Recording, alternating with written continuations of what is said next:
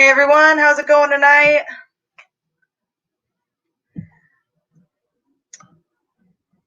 All right.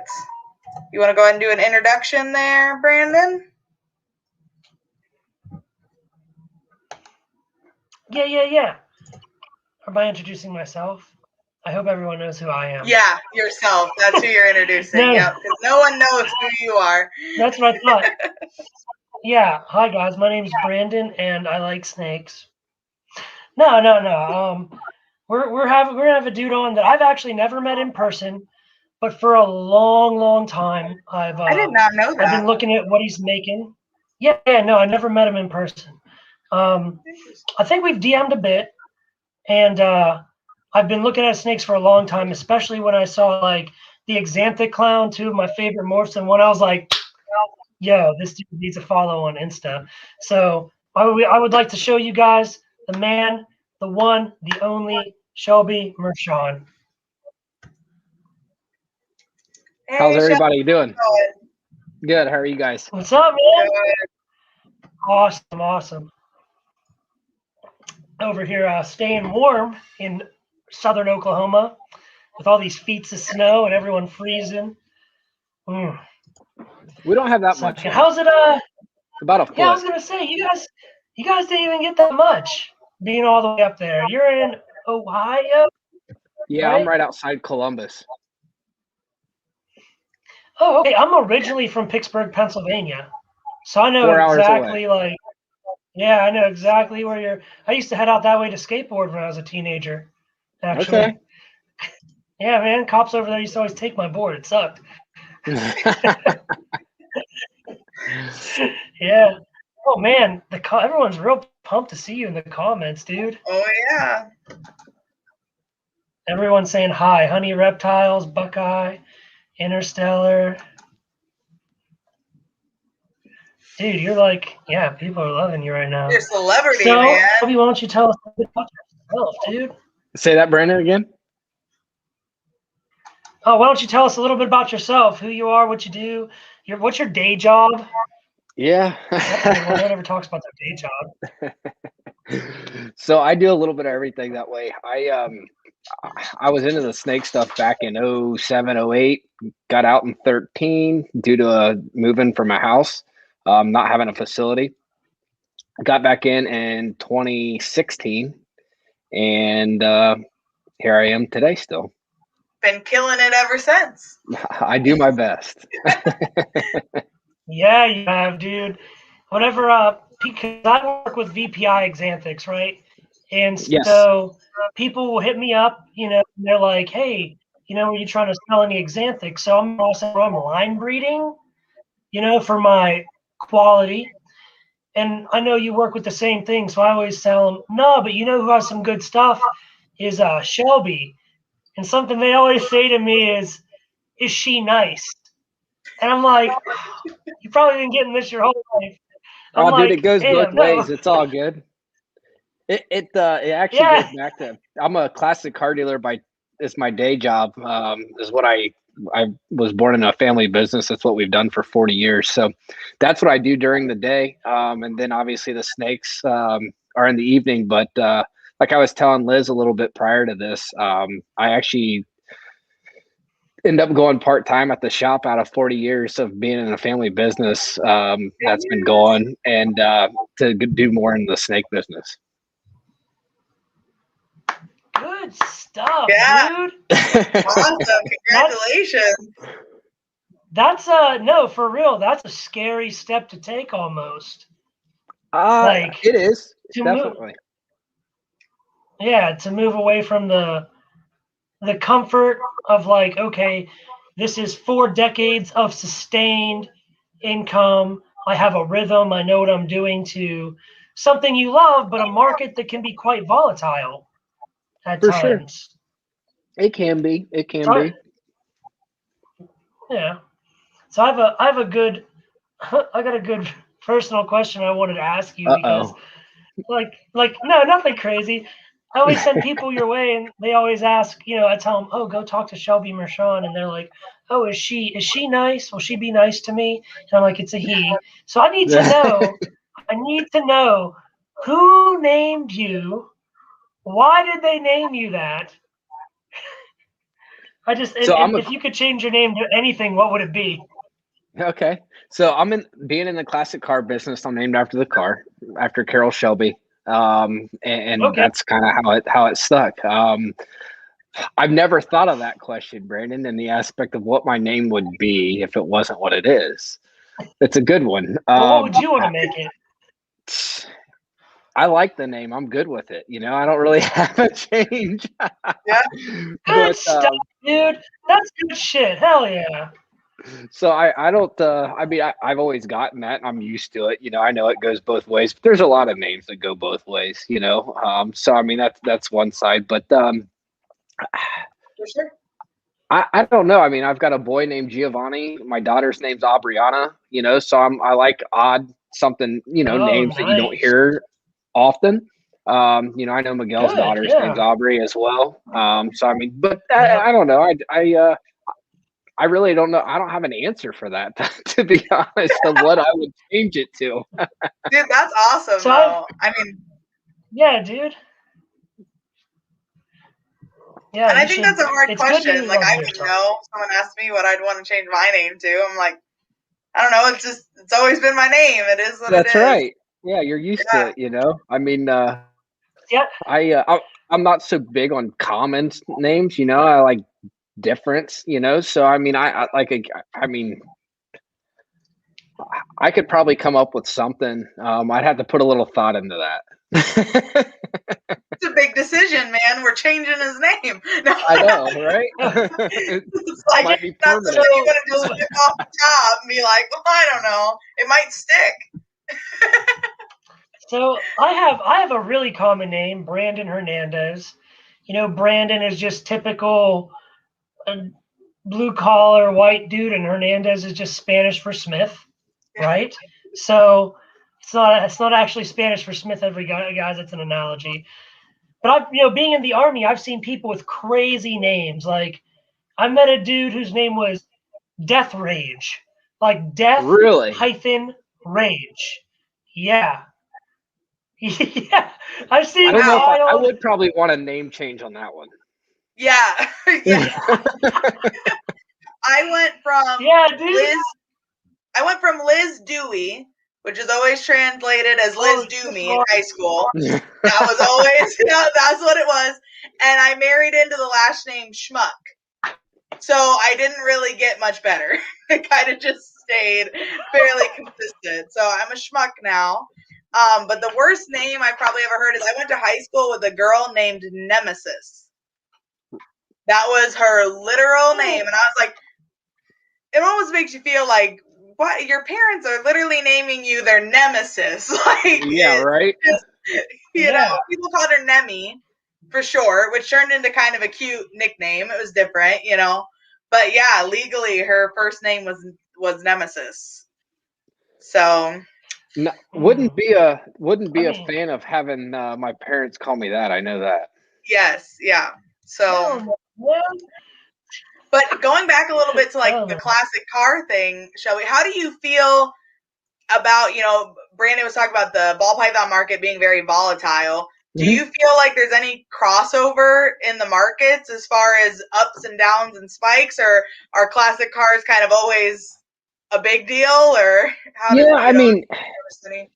it's kind of like, like I said, being in the business, my dad's starting the company for 40 years, we're probably the longest classic car dealer in the industry, or one of the top three for sure. That it goes back to, honestly, it's the people that have money keep spending money. They don't necessarily, because you didn't wake up this morning and say, oh, I need to go buy a 67 Corvette. It's a want, it goes a little bit both ways that way. There's definitely dips, like right now stuff's super strong. And I don't know if it's because of everything that's going on to where, all the public auctions aren't, there isn't as many, if any. And so that helps us dealers, obviously, make them, and some of the Barrett Jacksons and all that kind of stuff you see on TV. We go to all that stuff. So, you compete with those guys. So I mean, nowadays it's a little bit different, because of what's going on, to where ourselves, other classic car dealers, stuff stayed pretty strong because there hasn't been many auctions. Right. Interesting. But it does, just like anything, I mean, car values, real estate, real estate's crazy right now, obviously, as we all know, it just depends on what you're into, but I mean, we everything changes a little bit, I mean, it all has its up and downs no matter what. I think in the reptile industry itself, I think it's been extremely good. I think this whole thing, at first when it started, everybody was kind of, we're all in uncharted waters to begin with. Our parents, you can't even reach out to them for a question, an answer, because they don't know either, So, I mean, I think that's definitely different now. I think, in my personal opinion, it's done a huge thing for the industry. It seems like it's really brought a lot more people in to the industry. At the same time, we're all stuck kind of at homes, or most of us are. But to where it's made it, people are spending more time in their rooms, or their facilities, their collection, etc. To where it's definitely, things are good for sure. I agree. Yeah, it's been. Everyone I seem to talk to says it was a pretty good year, pretty good season. Of course, there's always was moments of uncertainty and not exactly sure how things are going to go, but for the most part, most people are saying it's been pretty consistent, pretty good, better than I think we probably could have hoped or expected when this all started. So one person not a lot of people bring up on any podcast, and I'll bring him up, honestly, he's a great friend, I've known him forever, is Mark Bailey. I mean, he's one guy that's in the industry, he's been in it forever. I mean, he himself only focuses on 2 shows a year. It's the 2 Tinley shows. I talk to him on a regular basis, and he said the same thing. He said, Shelby, this is crazy. He said, why am I doing shows? He said, I can just put stuff on Morph Market. This is easy, I mean, just keep on going, and I don't have to take a chance of, things bringing stuff into the collection, the whole entire process, to where, I mean, that says a lot, for a guy that's been in the industry 30 years, I mean, one of the main sponsors for an ARVC at any of their shows, whether he's there or not, and he's kind of a guy that's behind the scenes a little bit. I mean, we can talk about quite a few people that kind of lay back a little bit, who've been in it for a long time, as old as I am, in general, sure. That, I mean, it says a lot, about the industry when people are, still on a high, of how great everything's going and stuff like that. And they rely on shows, I mean, that's literally how they've done their business their whole career. So they don't know any different, not as, that age group's not as computer oriented, they don't do as much of the morph market, the photos, etc. Like Brandon, your photo booth in the background, I mean, all that kind of stuff, exactly. Yeah. So, I mean, it helps out tremendously, to have some of those nice features that we're used to in our age group versus, it's fun getting a phone call from one and going, dude, why do your pictures look so good? Are you editing it? What are you doing? And it's like, that's a fine line. I get it all the time. Yeah. You've got to picture stuff where you don't alter the color and the animal, but it's all in the background of what you're doing, and lighting. It's all about the lighting. Yep, I was gonna say it's all about the lighting is what it comes down to, 100%. And putting your animal on a background that's gonna complement them instead of take away from what they actually look like, But yeah, for sure. All really good points. So what got you started into ball pythons? Was there like a specific morph that caught your eye? Has it always been Xanthic? Like what was got the ball rolling? So I mean, so I was fortunate that when I was in it the first time, I had a little bit of everything. I mean, in Ohio here, we didn't have any wall restrictions for the longest time. So I raised an African serval from a kitten. for a couple years. I did helos, I did rattlesnakes, I did a lot of venomous stuff at the same time early in my day. I had milk snakes, king snakes, hunters. I mean, you name it. I was like reptiles. I loved it. I want it. Awesome. Boas, balls, the whole bit. Well, towards the end of that, the last 3 years of getting at, from 09 to like 12-ish in that area, I really started focusing on ball pythons. And I was young, I'm 32 now, but I was younger, and not have the funds to really pay for any of the heavy high-end ball pythons at that time. I was just doing everything I could, buying, the whole deal like we all do to get started. Yep. So it went well. But when I got back in 16, what I learned is so much from the first time I was in, that balls were my focus, ball pythons. And yeah. That you clarified that, Shelby. that was my main focus, and I learned a lot. I bred boas consistent. I did ball pythons then to enough to understand. Did corn snakes was my main thing. I had a huge corn snake collection. Had some high end corn snakes at the time, so I did a lot of that. But when I got back in, I kind of knew the right and wrongs. I met Justin, I met Ozzy back in Hamburg back in 08 or 09 when I first got in. That's when I met Mark. That's when I met Levance from Straight Fire. That's when I met a lot of the guys that have been in this stuff, Daniel Allison, all that stuff, the first go around. Yep. So it was really, really cool getting back in 16, going to my first Tinley is where I went, because at the end of my first leg, I should say, I was doing a couple Tinley shows, and that was the ultimate show, still is today.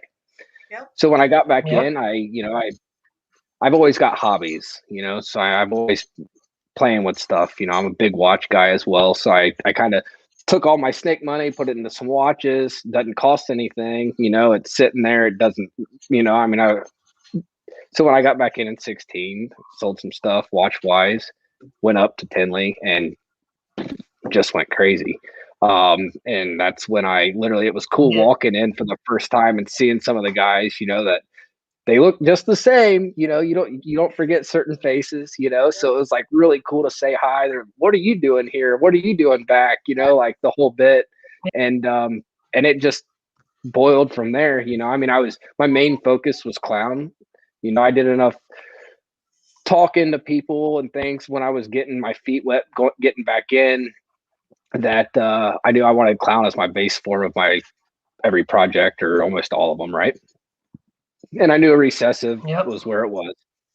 And that's how I just built, I was fortunate enough that in the end of 16, I think it was, beginning of 17, a guy that's been in it for a long time was selling his collection, and I ended up buying it all. And that's how I actually got the Xanadu Clown project, was through that. So I was fortunate enough to get an adult double head Xanadu Clown breeder girl, and he was the first one to produce Xanadu Clowns at the time. So I produced Xanadu Clowns my first year I got back in 16, and I have every single year at least a few. We'll leave it at that. Shelby's like, I got a whole rack full of them. No. Yeah, dude. There's a few. I was talking to my girlfriend. And she was like, so because she knows I like Xanthics. The black and white snakes are cool. I work a lot with clown. I have double heads growing up right now. And I sent her your Insta, and she scrolled down to your facility. She's like, oh wow, look at all those racks he has. Those are the racks you buy, huh? And I was like, yeah. She's like, look at this black and white snake. Yeah. So cool. Wanted to give you the props. Other people who aren't into it as much think your shit is cool, dude. Like, I appreciate it. I do. I was telling Liz a little bit earlier, I didn't really say much to her at the time then, but I'm doing the part-time at the shop and taking this on more. I've got a guy that's worked for me for a year and a half now. That's, I don't want to say part-time, because that's more or less what it is. but he spends 3 hours a night, 3 days a week, and he's the one he cleans everything for me. All I do is feed and breed, and all the sales and pictures. But I'm actually getting ready. I'm getting ready to break ground here in a couple months. I'm building a new facility. And we're going to take it to the next level.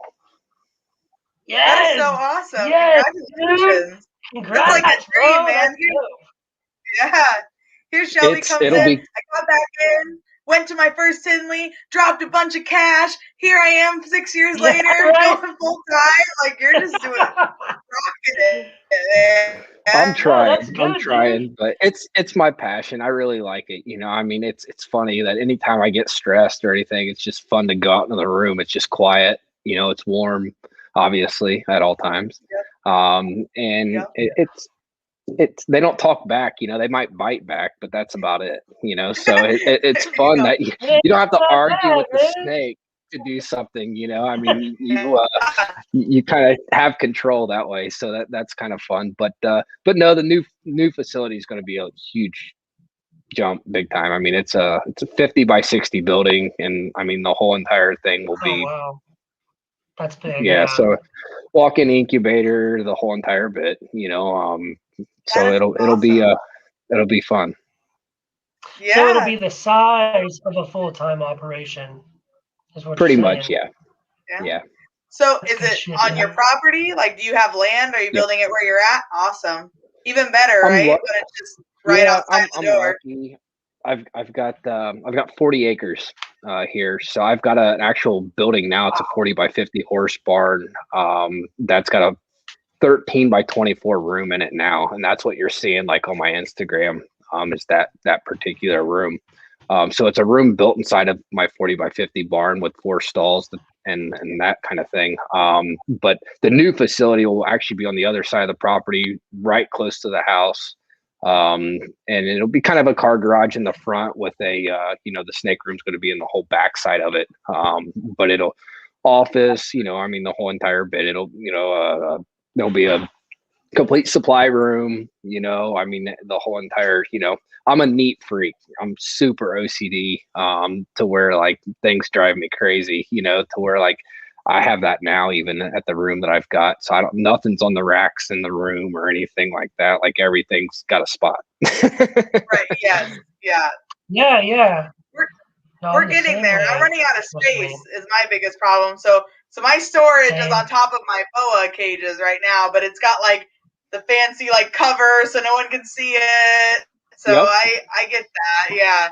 We're in the middle of expanding. We're still in our residence. We're still in the basement, but I know expansion is exciting and also, stressful, trying to get everything where it needs to go and put everything, figure out where exactly you want everything. And then once you get moved in, you're like, damn it, I should have done that. I should have done this. And then you change a couple little things. Hindsight.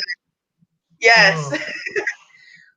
Although I'm sure you've got lots of mentorship from other people who build their own facilities and things like that. So I'm lucky that way. I really was. I mean, Justin helped me out tremendously. I was very fortunate to go down and help him move into his new place, to where I got to literally go through, you named it, I got to do it. I mean, went through every little thing to what's this, to what's that, why is this there. I'm very, like I said, detail oriented. So I pick out he doesn't have to explain anything, at all times. I walk into the room and I see like why the vents are placed where they're at, where the electrical outlets are on the wall so high, where the like all the little things people don't think about, doing 2x4s here or 2x6s, doing this, doing that, what insulation, blah, blah, blah. I mean, there's so many things out there, to where it's been awesome, so I was able to really pick his brain, as well as be there and actually see things and touch and feel and this is what this needs to be, the whole bit. I mean, the walk-in incubator thing's not difficult, it's very, you look at it and you're like, oh, that's got to be pretty, but it's super easy. You put your head inside and you're like, that's it. you know, like, I mean, there's nothing to it, you know, so sometimes overthinking some of the stuff, you know, reading too much information sometimes is not a good thing, you know, the hot spot stuff on girls. Why do I get so many slugs? Blah, blah, blah. Like the whole thing, like, don't keep stuff too hot, you know, like keeping things a little cooler is not going to kill anything. You know, you're not going to get a respiratory, like you don't overdo it. Air circulation is so vital in what we do. Yep. And that's the thing, you know, I mean, let's, you know, like the room I have now has got a mini split in it, which they work great for that size of a room. And it's overkill for what I did, just because I always like to go overkill to be extra. But the new room's going to be too big, obviously, or a new place. So I'm going HVAC and, you know, the whole entire bit. Yeah, of course. Awesome. So can't wait to see it. Dale Richards says he's been trying to get some double hets there for 4 years. So Dale Richards, reach out to Shelby. He might be able to sell you some stuff if you're really that interested. There you go. The biggest thing with that stuff, you know, I mean, you know, that's one thing Justin always instructed. If you miss for a year or two on that same particular animal you're trying to make, take some of them babies you were holding back, sell them, and go buy what you needed. Yep. That's what I do, man. It's all you can do, really. Yeah, go buy what you need sometimes. Because eventually you get so far behind, especially with double visuals and double heads, that then you spend all those years playing catch up and never get anywhere. You know, unless you buy something out into the project again, you don't get anywhere. You don't have to get crazy, you know. I mean, you got to look at like the Xanthic Clown project or any double recessive project. You know, is an Xanthic het clown girl worth more than a clown het Xanthic female? That's a smart way to put it. Yep. That's a good way to put it. Damn. Damn, he just hit me with the realness right now. So, but what's the answer? You know, I mean, it depends on what your collection's strong with. But in my personal opinion, clown's the strongest thing out there. Yep. So Xanthic's really starting to come on strong over the past 2 to 3 years. Your most valuable is an Xanthic het clown female, not a clown het Xanthic. We all can go buy combo male clown visuals. Yeah. Good point. Yeah, clowns are dime a dozen these you days. could go buy Xanthics are not clown het Xanthics, but how many Xanthic het clowns and how many Xanthic combos het clown are you going to go find female wise? Not many. That makes a lot of sense because I'm DG heavy, right? And I can't find anything like I can find clown het DG all day, but I can't find DG het clowns at all. Let alone a girl. That makes sense. Of anything DG. Yeah. No, I keep all those. I keep all those. Yeah. When I invested into the Hypo-Pied project about 4 years ago, I went and got a male pied het hypo, and then all my females were hypo combo het for pied, because hypo girls were way cheaper than pied females. They pretty much still are. Hypo's kind of taken off the past couple of years. Yep. But it was a lot easier for me to get into it, buying all these hypo combo het pied girls for half, if not a fourth, of what I would have paid for the same combo that was pied het for hypo. Then you just get a male and start plugging them in. You know, you can find, 2 or 3 gene pied het hypo males anywhere, really. You know, most people got a few of them at least that are working with the project, and it made it a lot easier for sure. Yeah, I mean, and that's the thing, you know. I mean, when you're looking, you know, I mean, how many Xanthic girls are out there of stuff that's, you know, even het pied or anything like that? You can find pieds het Xanthic, you can find hypo het Xanthics, but you don't see the opposite, you know, because Xanthic's always been one of them, you know, genes to people that now are. I wish I would have. It's a niche morph, is what I call it. It is, you know. I mean, people ask, you know. I mean, that's something. I mean, it's funny, you know. But I mean, I just don't see. You know, I mean, he doesn't see the project in the same vision I do. Justin, so I mean, it's he's not a big Xanthic guy, to me, it's like I literally make a few clutches every year just to make 3 and 4 Kodam Xanthic visuals because they sell like immediately every single time. Yeah. I still have clown stuff for sale, but I don't have any Xanthic stuff for sale. Right. Yeah.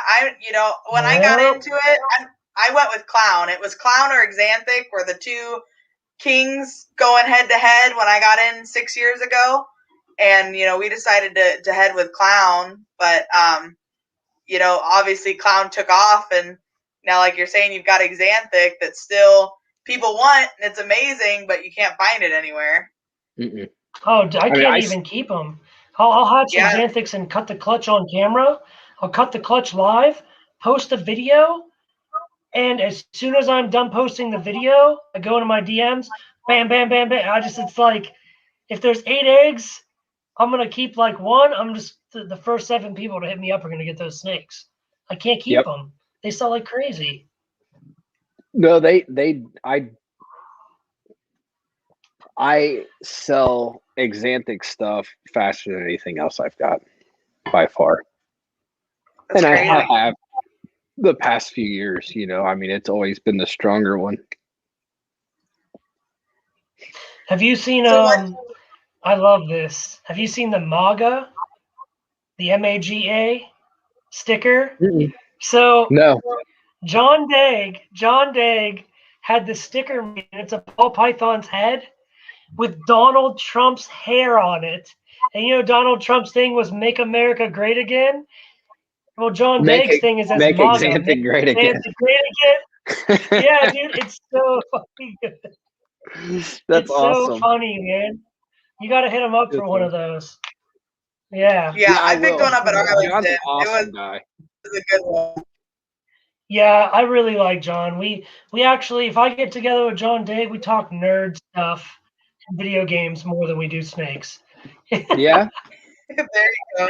Yeah, I'm a nerd, low key. People are like, "Oh, you're in the army and you jump out of planes and you go to the gym." But I'm like, "Yeah, but I love Pokemon, and I watch cartoons every Saturday morning while I eat a bowl of sugary cereal for breakfast."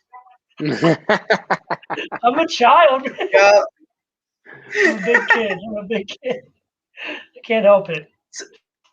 So what direction do you see Xanthic Clown going, Shelby? Like, are you taking anything specific, or is it good enough as it is? What are we doing? So, I mean, with Xanthic, I was fortunate that I started doing OD and Xanthic about a couple years ago. To where OD, instead of using fire, which I do have that obviously as well in the Xanthic project, but OD was one that I was like kind of like flirting with, of just trying a little bit. And then was it T-balls or something like that?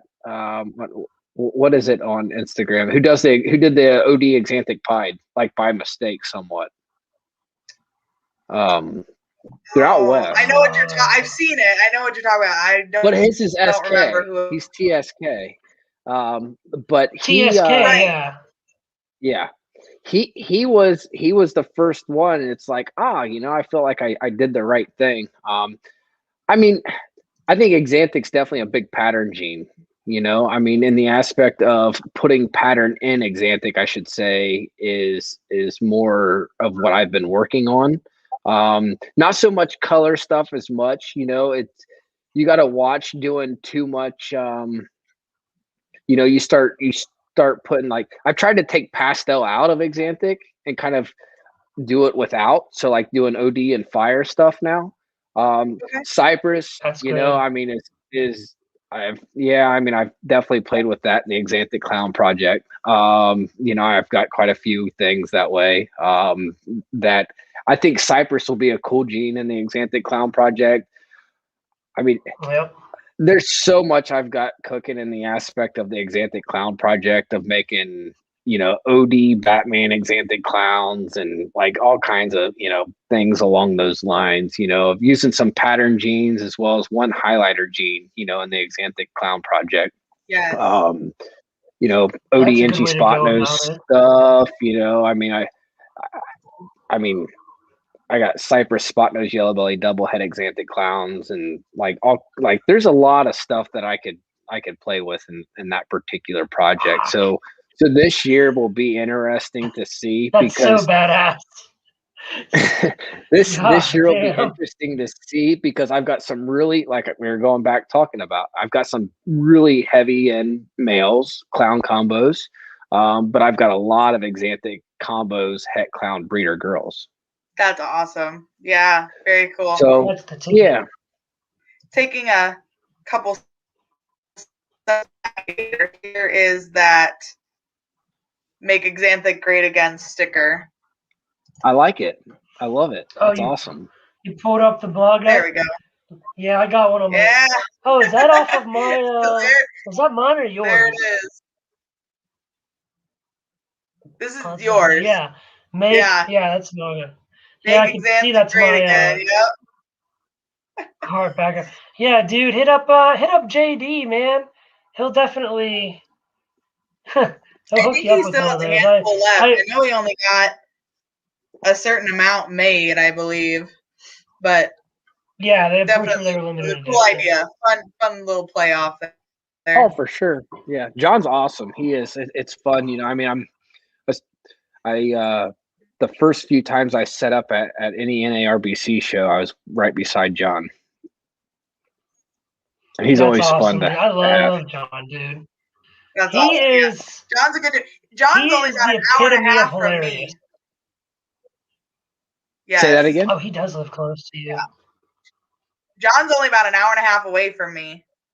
Nice. Yeah, he's in Cedar Rapids, so not too far. Just to jump over to Iowa, and then Troy's in Fort Dodge. So John's like exactly halfway between me and Troy. Yeah. Almost exactly. Dude, that's so awesome. Yeah, super cool dude. I've never been over there, unfortunately. I haven't made the trip yet, but one of these days. He's big in the Xanthic Clown project. He hit pretty hard here the past couple years when he had a lot of pos het girls that all proved out to be het. So he definitely had his fair share of making a pile of Xanthic clowns. Right. That's always good when the pos hets prove out, huh? That's right. I had a girl prove out last year. It was just a clown pos het Xanthic female that I made a few years back, and I had 3 of them I kept at the time, and then I ended up selling 2 because I was like, man, I got too many regular clown girls, you know, potentially, possibly, and I was like, you know, whatever. So I ended up selling one. Actually, funny story is the one that Jordan loves, JP up in Canada. That he gets to go every year now since last year, and she's already breeding again this year. That's one of the females is a clown. She's pos het Xanthic, but she's VPI. You know, versus what he's working with MJ now. So that's yeah. His lost my game. No, I'm kidding. Hey. There you go.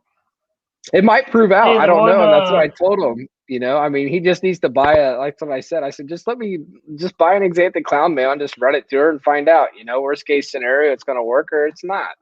There you go. You got double heads either way. Good point. So. Just keep that. They'll all be clown head Xanthics. Yep. Yeah, exactly. Every single thing will be a clown head Xanthic. So I mean, it's not like you're hurting yourself, you know, realistically. Yep. Especially, I mean, I think the Xanthic clown prices, you know, I mean, this year was definitely a little bit of a price adjustment, and it was time. That now that I think you're going to see more people involved. You know, in that project in particular, you know, I mean, everybody's kind of on the dark trait, you know, or that dark line of running, you know, and making blackhead and chocolate and all the dark genes, you know. So I don't know if that's partially why Xanthics became so strong lately, you know, over the past few years, or if it's just because it's such a huge difference in contrast between black and white. Yeah. So definitely. So, you know, you sold Miguel the visual, correct? I saw him unbox the visual. Okay. So Miguel's influence is so powerful. Not so much on pricing in the market, but his following is so large. So many people watch his videos. I'm subscribed to him. I watch him like religiously, right? Mm-hmm. So people who have never seen an exanthic clown have probably seen the potential exanthic in the video where he showed that snake from you. And we're just like, what have we been missing? And then, of course, you see the exanthic firefly, and you see the stormtrooper, and then you see the zebra bee. And it goes down the hole, and you know how it is. And he's like, "Gimme, gimme, gimme!" But it's not all out there, man. It's not. There's some out there. I look at them all the time, but you got to take what you can get. That project's treated me really well. It has. I mean, Miguel got one. I sold one to Oz a year ago as well. So I mean, some of the bigger guys, breeder wise, I've been fortunate enough.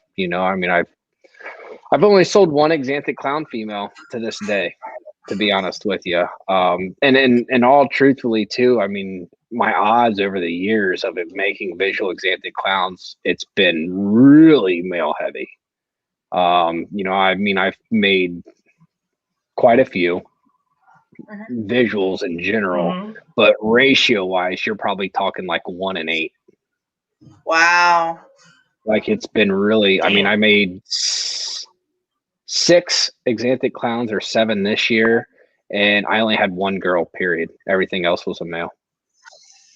That's that was how from my 2 clutches. Yeah, that's how some of my monarch stuff has been going. And just, it seems like when you start hitting anything visual or double visual in general, it always seems like the males come really quick and then the females take their time.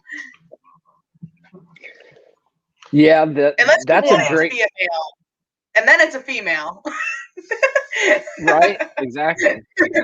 Well, that's kind of what happened. I mean, I've been, I sold one last year, and actually I sold a pair to that particular person. And I kind of regret selling the girl. I've kept a female every year that I've made. So I mean, I've got a few that it's perfect, because there's a new one every year that's coming. Yep. So far. So I'm gonna, after this year, I'll probably stop trying to keep regular female exanthic clowns. Right. And keep some of the other stuff and go ahead and sell some of those to the public.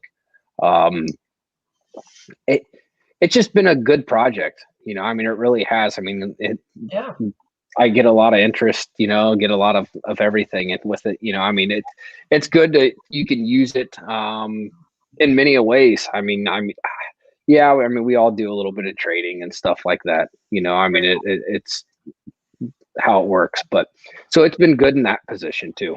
I mean, to get some stuff that you want, to help other people out even, I mean, some of them have went overseas now, to where it's you're spreading the exanthic clown project. Yeah, for sure. Yeah, all right, Dale Richard, you got to make it to Daytona this year. I love the question because of Daytona has always been like my benchmark to go to. But like when I was like getting into going to Tinley and any of the big shows to matter, I went to Tinley. And when I went to Tinley, everybody's like, man, this is this is Daytona, like on steroids. Like it's blah, blah, I mean, nothing can beat Tinley Park. Yeah. And I know it's changed over the years. It's went downhill more or less from what I've heard. With all the laws and stuff, that there is, that I still to this day have never been to a Daytona show. I say I'm going to go every year. The problem is it's in August, which is my birthday month. And in the middle of summer with the car business, we've got a lot of shows. Yeah. So it's a very hectic month. I wish there was more than 4 weeks in a month sometimes. I mean, it's, I'm gonna shoot to go this year. I can say it again. I mean, I've said that every year, but I still haven't made it. I mean, me going to the Arlington, I've done Arlington before. You know, I've done the Pomona show. I've done a lot of the bigger, you know, shows that way all over the United States. But Daytona is still not one I haven't made it to. But I'm going to do my best. Will I been there? No. Good to know. Yeah, we've. I haven't hit Daytona or Pomona. I was supposed to go to both last year. Then, of course, 2020 hit and everything got canceled and shut down, and we weren't allowed to travel and all that fun stuff. So I made it to my first Arlington, and I only live 3 hours from Tinley. So we're about in the same boat, I think, there, Shelby. So I don't really have an excuse to not make a Tinley. I even went to Tinley Underground. We weren't even on the road yet. And I'm like, a bunch of our friends are going to be there. They're stuck all weekend. Like, let's just go, make it a hangout weekend. I remember that weekend. Yeah. I think we all didn't. Was that the night we all went to dinner? That was St. Louis. Or no? Well, I know the St. Louis, but you went with Justin and the whole group at one year. Yeah. But no, so that's funny you say that. So we did the same thing last year when it was everything, you know, because I still had enough stuff to drop off to customers for pre-sales. So because I was planning on vending, I was boxing stuff up when I got the call, and I literally we took our stuff.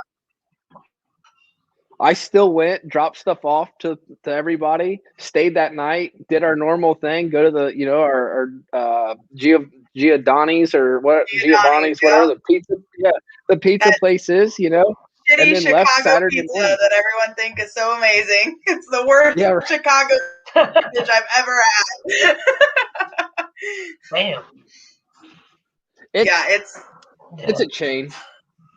Yeah, but no. Yeah, it's a lot of fun. We went and set up in our hotel room, and someone had like a Facebook group going where like people could enter that was in it. We were posting like our room numbers and stuff, and it was the best Tinley I'd ever had.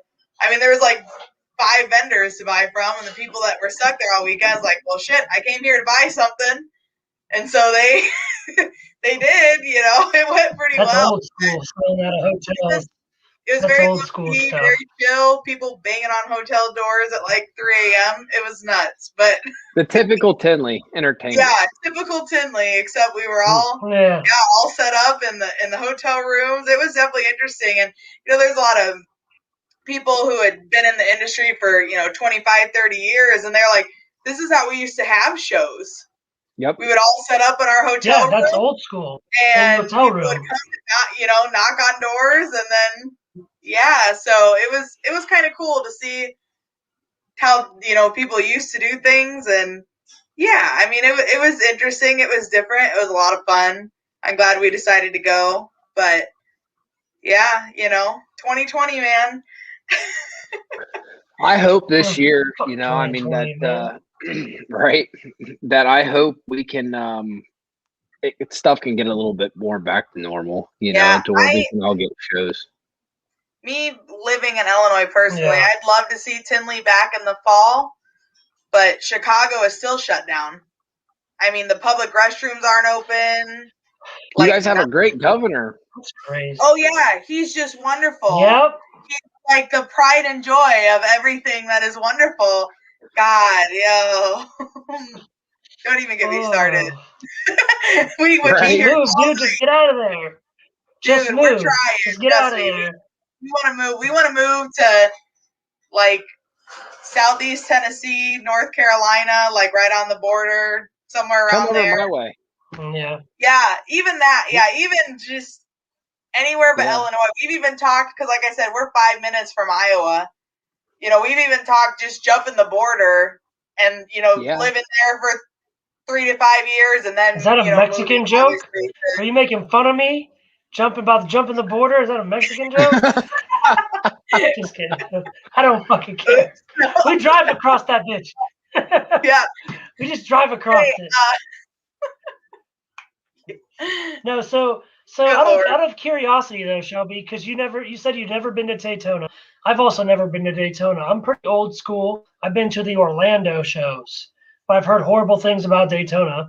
I just don't want to ruin my Florida experience. And you said you've owned other species. So have you ever been to Carpet Fest or Iguana Fest? Or do you plan on buying other species other than the ball pythons? And if so, what? You know, I've got a couple boas right now, actually. That sometimes I see something I like and it's cool in the room. It's something different, you know. So I've got like an IMG jungle female, you know. I think that's what it is. I don't know boas. I'm clueless with boas. But what I do know is I know what I like. It just looks cool, so I'm getting it. Yeah. That's right. So I've got that, and I've got another one. It's a VPI.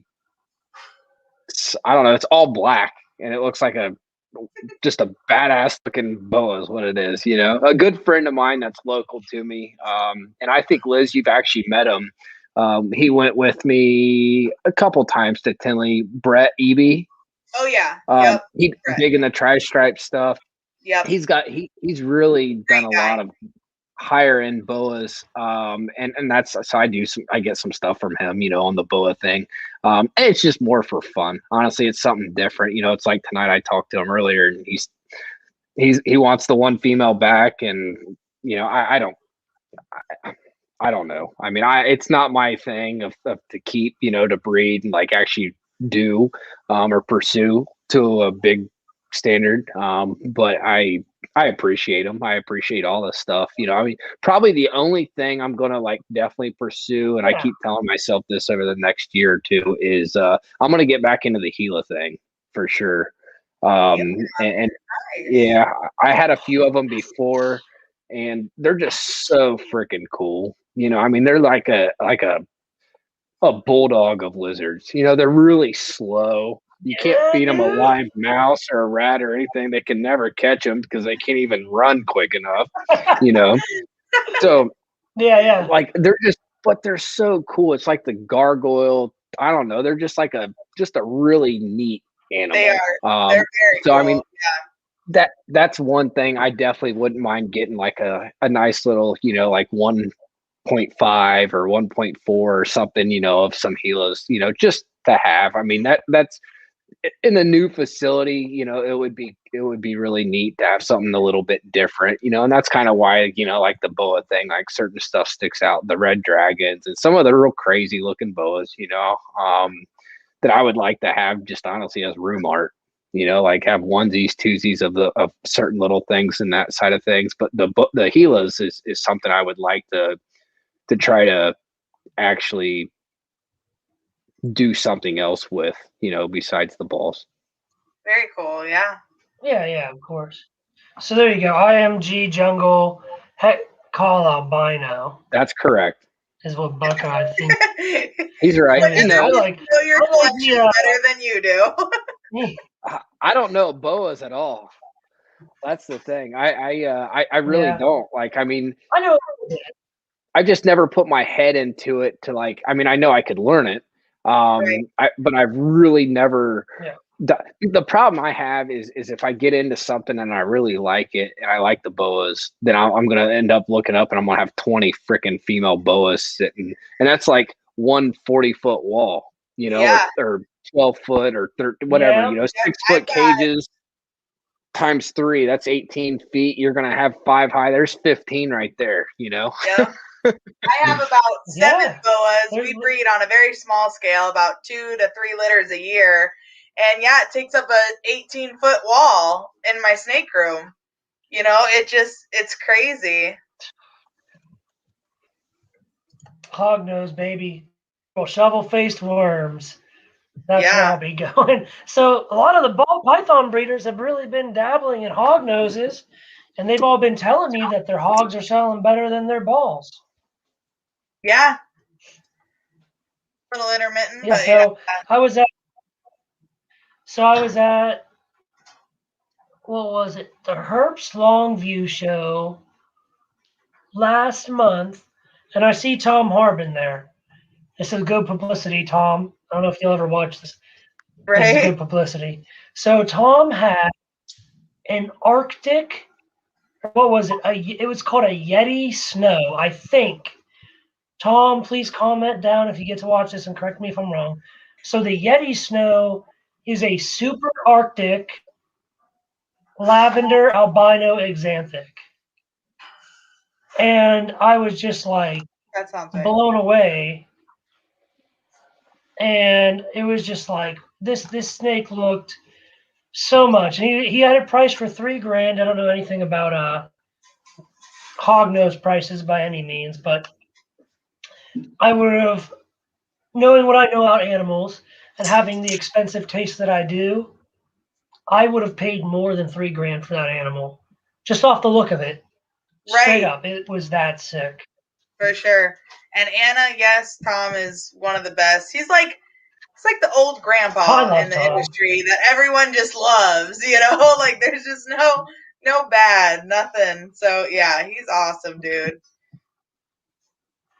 Yeah, dude, it's Tom's the man. That's a guy like I would, and because I like to study veterinary medicine, not as a profession by any means, but a very scientific mind. That's how my brain works. So studying veterinary medicine as a hobby for me, I love picking Tom's brain, that kind of stuff.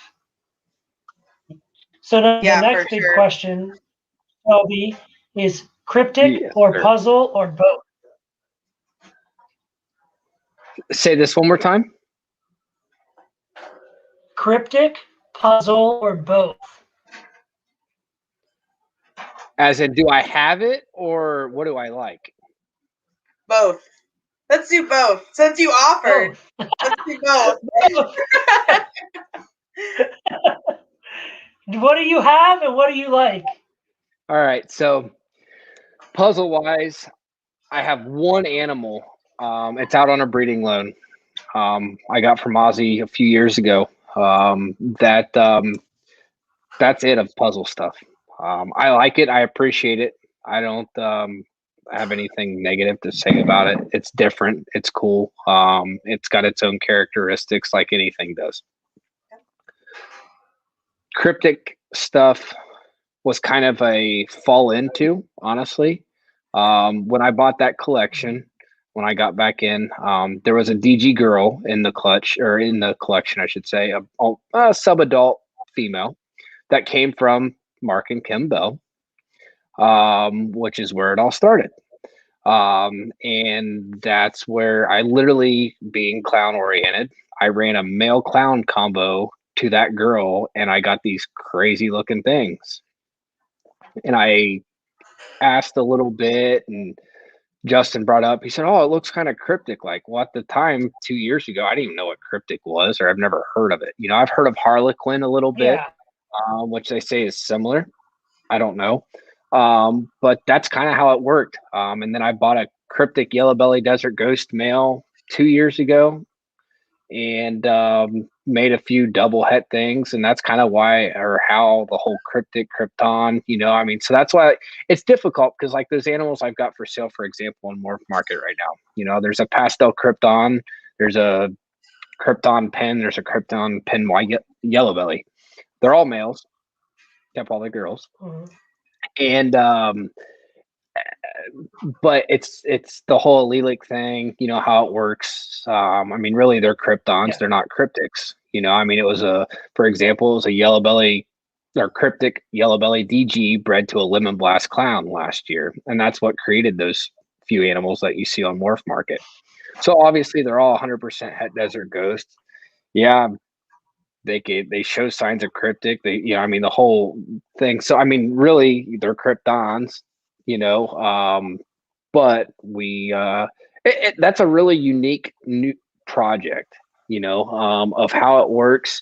Like I said, I mean, I kind of got lucky and kind of fell into it, you know, I mean, just off that one breeding. Yeah. I mean, she was a very cool DG girl, but I had no idea that clown would have made what it did, you know, but it's obviously the clown to that particular female's what did it. And I mean, I even, you know, I ran an OD het DG male a couple years back to that girl just to like completely, like at the time was working on how to figure out cryptic and why would these funky looking animals come out.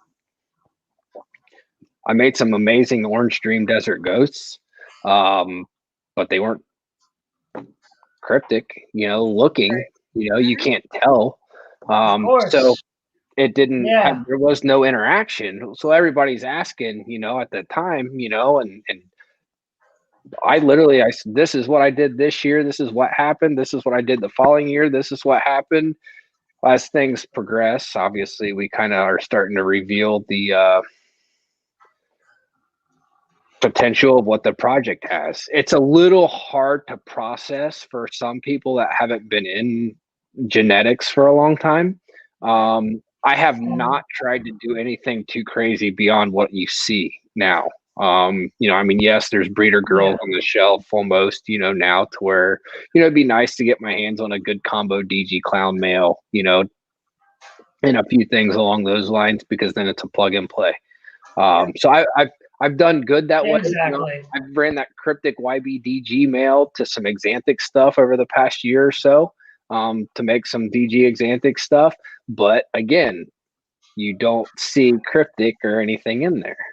Yeah. It looks just like a really good pastel YB or whatever it is that you bred it to, double het Xanthic DG, But if I took that YB Cryptic DG male and ran it to some pastel clown, even, you're going to get that same interaction of what you see, where it's just bizarre, So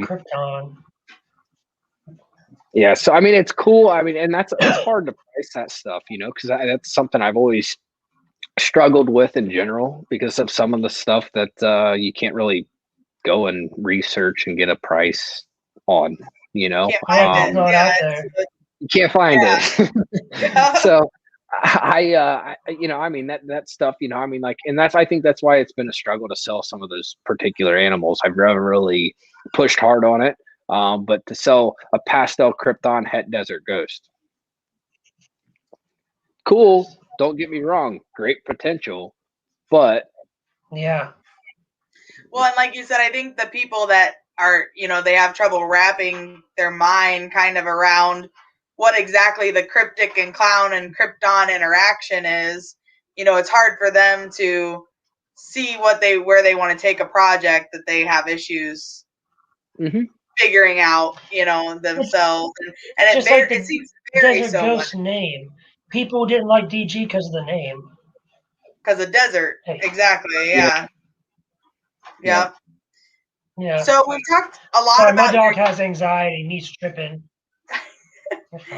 So, poor Jack. We talked a lot about your Xanthic Clown project. Would you say that's like your most anticipated project? Or, I know that gets a lot of hype, right? So what are you working with that you are excited about? I'm sure excited about Xanthic Clowns, but. Yeah, this year is kind of just putting things together slowly, and it's just coming along. I don't have any hype for anything until I see eggs, and then I getting a little more excited. Stuff's going really well. I'm not going to say it's not. I'm very, very happy with everything right now. It's to the point to where it's like trying to play a little. Do I really want to keep pursuing that male? Because right now is the peak time to change. On a few of them. So.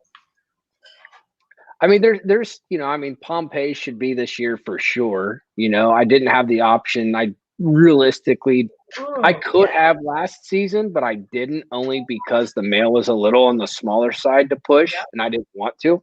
So that's how I end up running. I made some Cypress Batmans this year, which I'm very bad about, like, putting stuff out realistically. The IG thing, I just got too much to handle sometimes. So, like, I made a one Cypress Batman, which was a really cool animal. And the Cypress stuff was really cool this year, actually. That was probably some of the funner things to make that I did do, just because of it's different. I was lucky enough to hit on 1.1 Cypress spot nose yellow belly clowns. Wow. So there was some cool stuff with the Cypress project. It sold extremely well. There's definitely a few things maybe late this year that'll be even more, kind of interesting to everybody, I think. Awesome. So I got a question then, because this is rumor. This is why, because I don't know.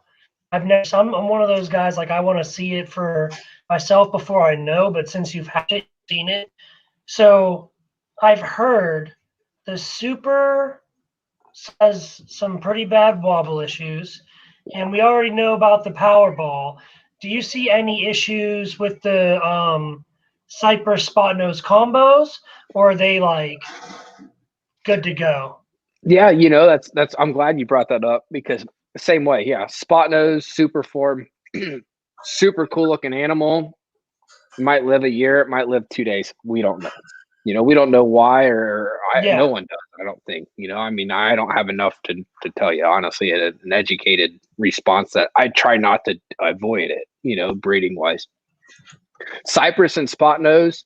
I've got a Cypress Spot Nose honey yellow belly breeder girl that I bred to the Xanthic Clown last year, and that's how I got some of those Cypress combos, double head Xanthic Clown. She has been a phenomenal feeder. Bought her as a hatchling. Never had any issues. Cypress and Spot Nose together, it works. I haven't had any goofy things whatsoever. Nothing that's been hard to feed, nothing that's had any complications. Super Cypress, I don't know, because I haven't played with it nor experienced it as well. I think Super Cypress and Super Spot Nose are very similar, in my opinion.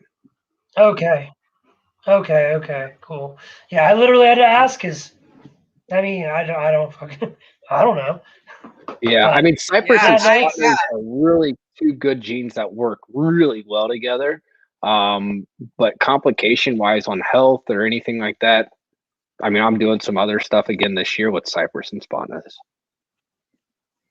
Okay, yeah. Then I can go. Then I should put my Spot Nose clown to my Cypress head clown female. Then that would be a good, solid thing to do.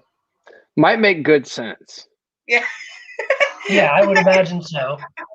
Awesome. So, all right, good. Do you know, or what are your opinions, sticking with like the Cypress and Super and stuff like that? As far as red stripe and Cypress, there's been a lot of talk about them being allelic. Do you know anything about that? What's your opinion? It's cool. I've got one pairing I'm doing myself that way this year, to make Cypress red stripe combo clowns. I don't have enough information on if it's allelic or not. I like what it does together. Right. But I don't know much more than that, in all honesty. I think, is it allelic? I've heard that, but is it? I don't know yet. All right. This is a question everyone gets asked, right? What do you think is the biggest sleeper gene, and why? What have you seen that either you have that you're trying to push farther, or maybe that you don't have that you're like, all right, that's something that I need to get into my collection? Or are you set? Do you have what you want? Yeah, I mean, I think, like, for example, I think Special was a huge impact in the clown project. I don't think a lot of people seen a Special clown being what it looks like on its own. Right. I think there's a lot of potential in Special. You got to be careful. Obviously, we don't want to be super in it. Unless you want some white snakes, somewhat. But I mean, at the same time, I know I bring him up a lot, but I think Justin's a good proof of, like the whole super OD, or OD, inchy leopard, super yellow belly, clown pied, some of that kind of stuff. Like, long term, that's a huge, huge power packed animal, because everything's going to be yellow belly, clown pied, period. Yep. I was just about to ask about that, what we've been seeing with Ivory and Clown adding in these genes. It'd be interesting to see super special because it isn't an all white snake, even though it's in the bell complex, you know, seeing if there's more pattern and color we can kind of bring back into that project too. But again, you know, it's a hit or miss, right? It's like, does it end up being an all white or all yellow snake, or does it turn into something completely wild like we wouldn't expect? Yeah, I mean, and I think that's where we're starting to at times get away from what it actually visually looks like. You know, I mean, an OD super yellow belly leopard clown pied isn't. I mean, it looked great. Don't get me wrong, but is there other things out there that look better? Of course, you know, that have, you know, you can see more as that thing ages. I think it'll actually be a better thing for it than when it's young, because of the ivory thing. I think Justin just posted an updated picture of that a day or two ago, and it's really come into its color a lot more, you know, now that it's about, I mean, I don't know, it looked like it was around 300 or 400 grams, you know, but it'll be interesting to see how that stuff ages. And Russo's the same way, you know, I mean, it's kind of, you know, I mean, there's definitely some bell complex genes, you know, Mystic,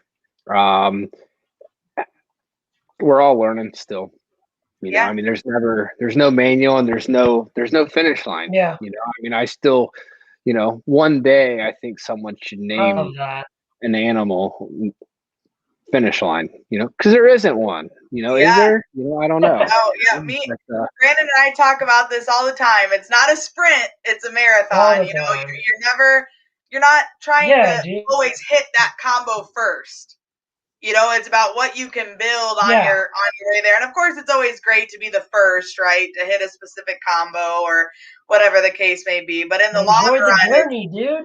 It's what you've built getting to that point. Are you farther ahead or are you farther behind? Justin and I were just talking about this.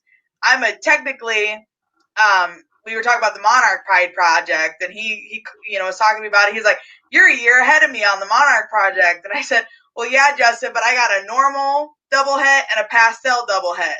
You've got 3-4 gene combo double hets, you know." So I'm like, I might hit the Monarch Pied, but you're gonna hit the Inchy Odie, you know, yellow belly Monarch Pied long before I can even dream about making the hets. You know, so yeah, and it all comes down to those good old odds. Yeah. That's true too. Great, damn odds, man, they'll get you. Yeah, for sure. Oh man. All right, let's see. What are we on to now? Oh, opinion on why this is actually a branding question. A big one. Yeah. This is huge for me, Shelby. Don't disappoint me. I want to hear the good shit. All right. Opinion on why government legislators all over are all of a sudden cracking down on the reptile industry. What are your opinions? Why is that happening? What's the outcome of it, you know, looking like? You know, I don't do a lot of the news thing, in all honesty, in general, like period. Like, I mean, we all have our own opinions, you know, but I don't turn on the news maybe once or twice a week, you know. I know what's going on with the whole thing, you know. I'm aware of kind of the whole US ARC and all that kind of stuff. I kind of find it to be very stupid and more, you know, more or less. I mean, I think it's like, why is everything okay now or was, but now it's not?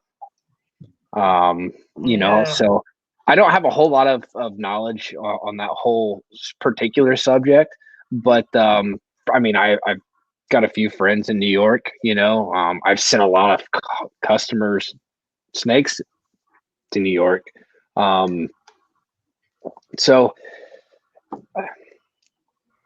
I don't know. I think it's BS, you know. I mean, I think we can definitely, you know, push against, but again, it's freaking New York, you know. I mean, do I think it'll hurt the industry? I think it will to an extent, you know. There is some big breeders in New York, I don't know if you know the Kicks brothers. They've been in it for a long I know Fred. Yep, Fred and John. Yep. They've been into it for a long time. You know, that I mean they're in New York. You know, I mean we've got good old hold on, I'll think of his name here in a little. We'll call him. We'll just say Wang. You know who I'm talking about.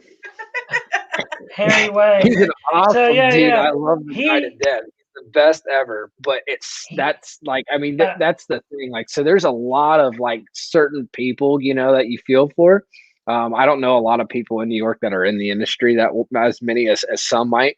But I mean, it sucks. You know, it'd be no different than if they said, hey, you know, sorry, you can't have reptiles in Ohio anymore. It'd be like, just 5 years ago, we could have lions and bears. Now we can't have a reptile. Yeah. You know?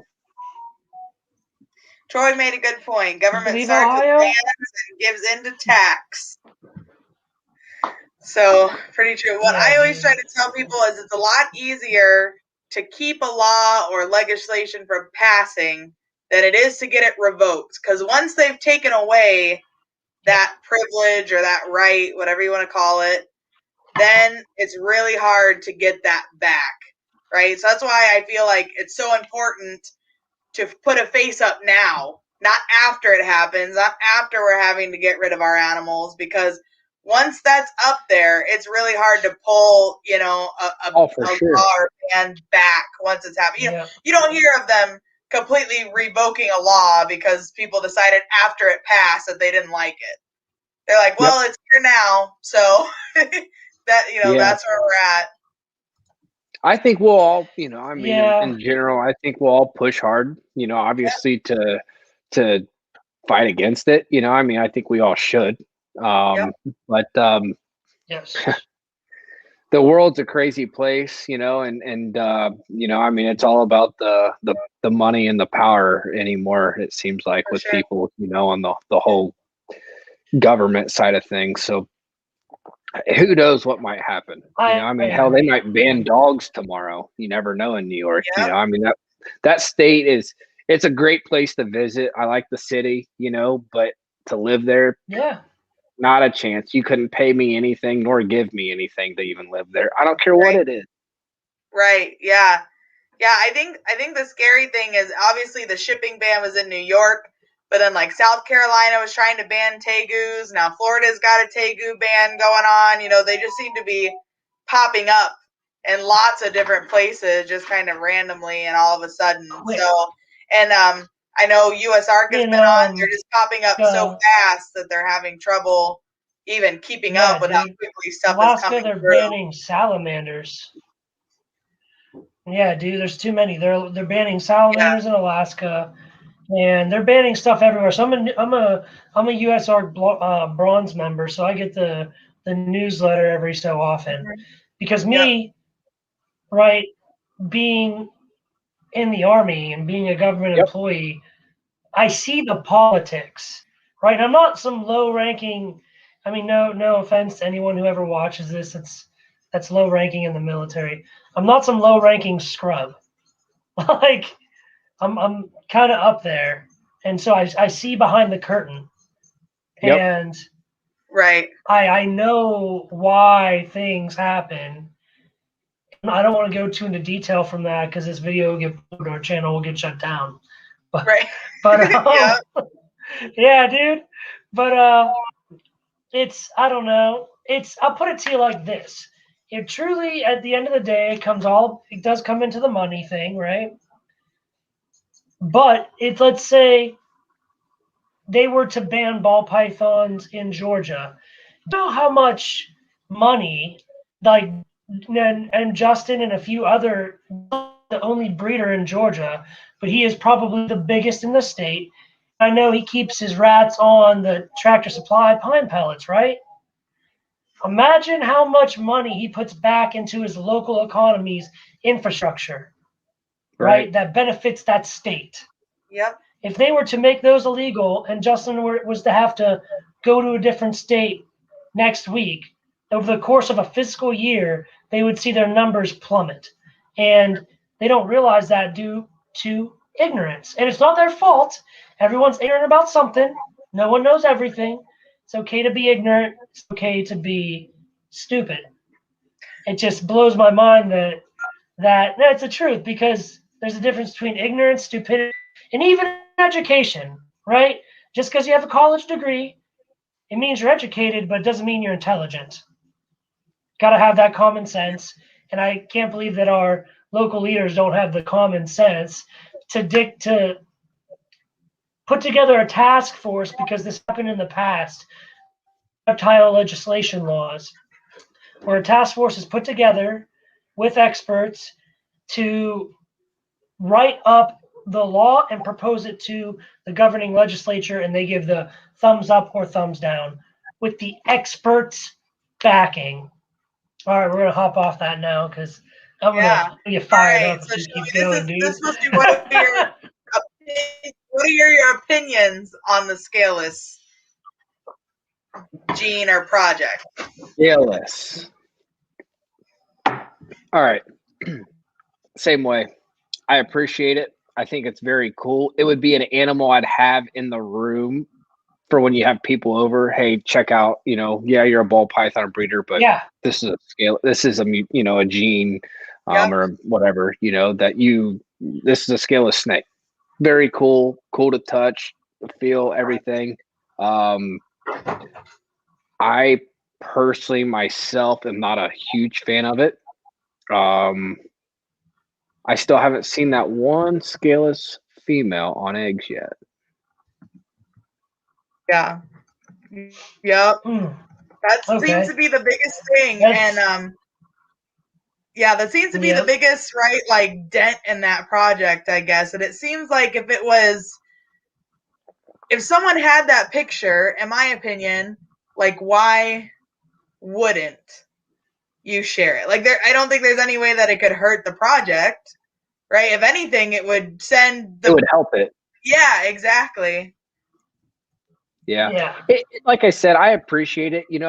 So like the new thing is now is people using scaleless head on its own or microscale on its own, because it does fluctuate the pattern and color and stuff like that. Yeah, it looks so great. It's like using it as a good enhancing gene. Spot nose or whatever, we can talk about that, but it's not something I've been offered quite a bit of it over the few years. And I still, honestly, I'm going to get one just to have it in the room, just, the facility, just because it's cool. The biggest thing is, again, is like I said, is I travel so much that those things take so much more care, almost on a day-to-day type of a thing, with being how their skin is and stuff like that, I'll do it, I'll get one, but it's not something I'm going to focus on. And I'm going to get to the bottom of this and go buy a breeder, or go get a female and then raise her up and try to breed her.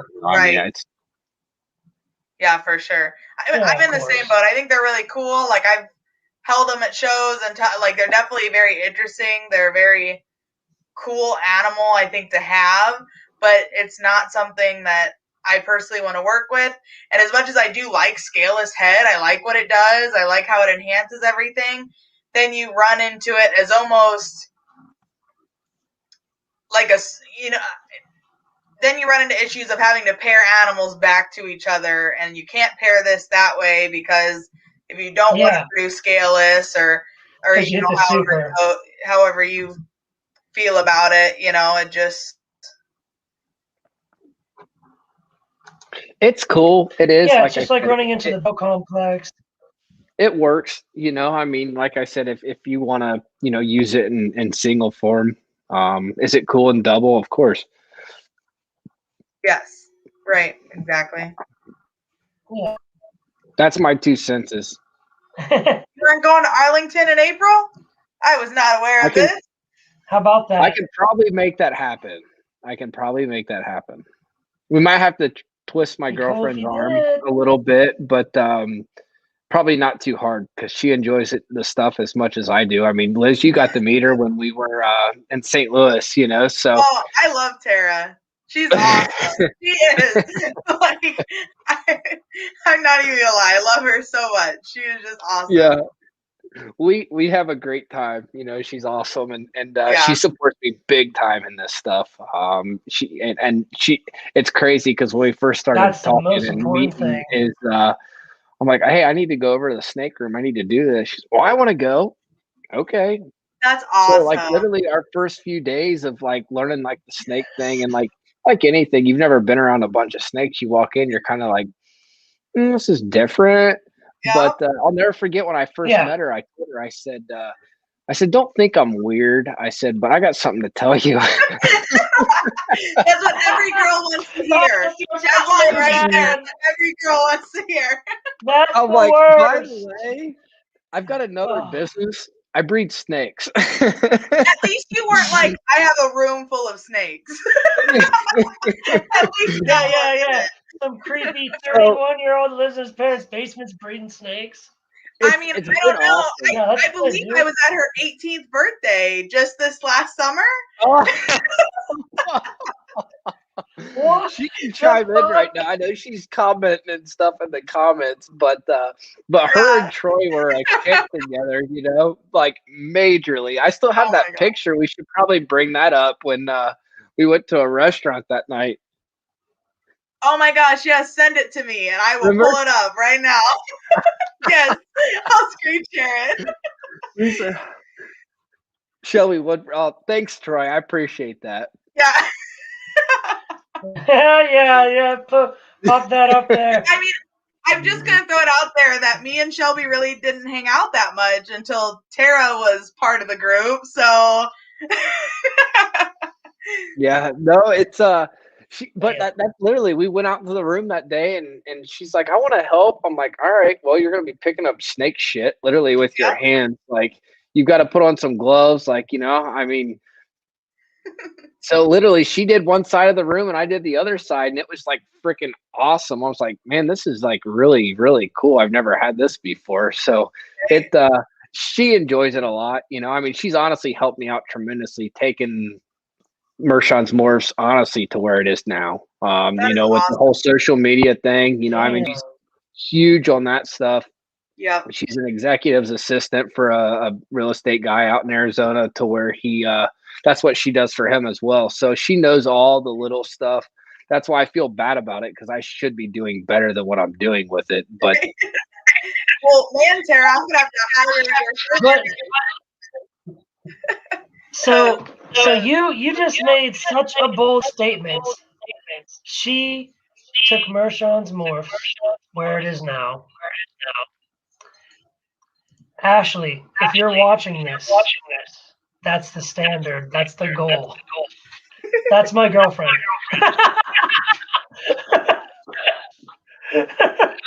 She's a lizard lady. She likes snakes, but she likes lizards. But that's the goal. Yeah, that's awesome. I can't say that. Yeah, that is awesome, dude. I'm very fortunate that I was able to go full time with the business this year because Kyle's awesome and took on his job in full swing awesome. And, you know, got a really nice promotion actually in 2020. So we were able to make it work off just his income. So he's not as invested in the snakes, I guess, as I am. He enjoys them. He likes our odds and ends reptiles that we have, like our monitor and our olive python and stuff. So he's just kind of a generic. I think he probably would have been happier to be a keeper than a breeder, to be completely honest, and do it more as on the side as a hobby. But I mean, is super supportive, and obviously I've been able to do everything we've been able to do this year because I was able to go full time with it and start doing a lot of different stuff. So yeah, you know, it's always nice to have that person in the background, maybe even, right, that is the one that really drives everything forward. Tara's always like, oh, just go out and, you know, I mean, it's like, I was telling Liz, you know, before we all connected, honestly, Brandon typically I go and pick up my rodents every Tuesday morning. Well, at times when I need it, he delivers. And tonight, literally, I was getting rodents delivered as the podcast is getting ready to start. And I'm like, running around. So I literally ran over to the building within 35 minutes and dropped the meal to every single animal in the room in 35 minutes. And was that's a record. You know, I mean, to a major art to where it's like zing, like right up and down here really quick. Yeah, dude. The whole collection fed the night still within 35 minutes before I chimed into the podcast. Yeah, that's awesome. Snakes.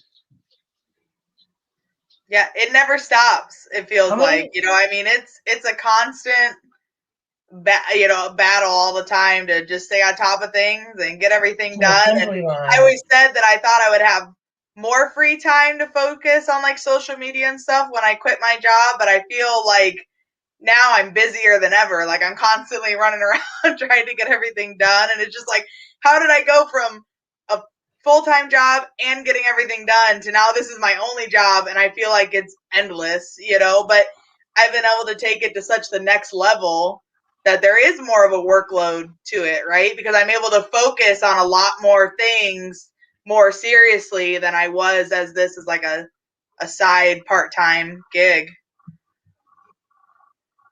Yeah. That's you're good, Aubrey.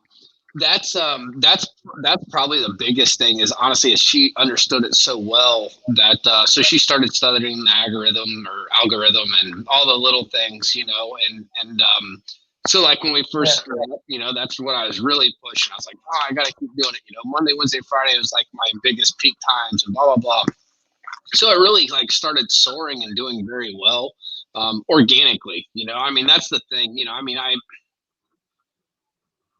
don't believe I'm not a fake person, you know. So like going and buying followers, we can all do that, you know. It's just not me, you know. I mean, and some people out there say they don't, they do.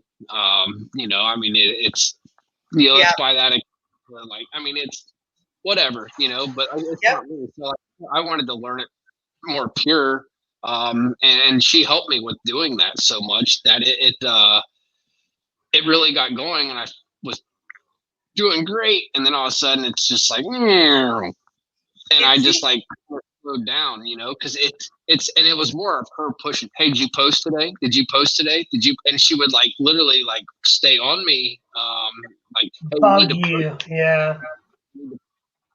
Those days, and I did.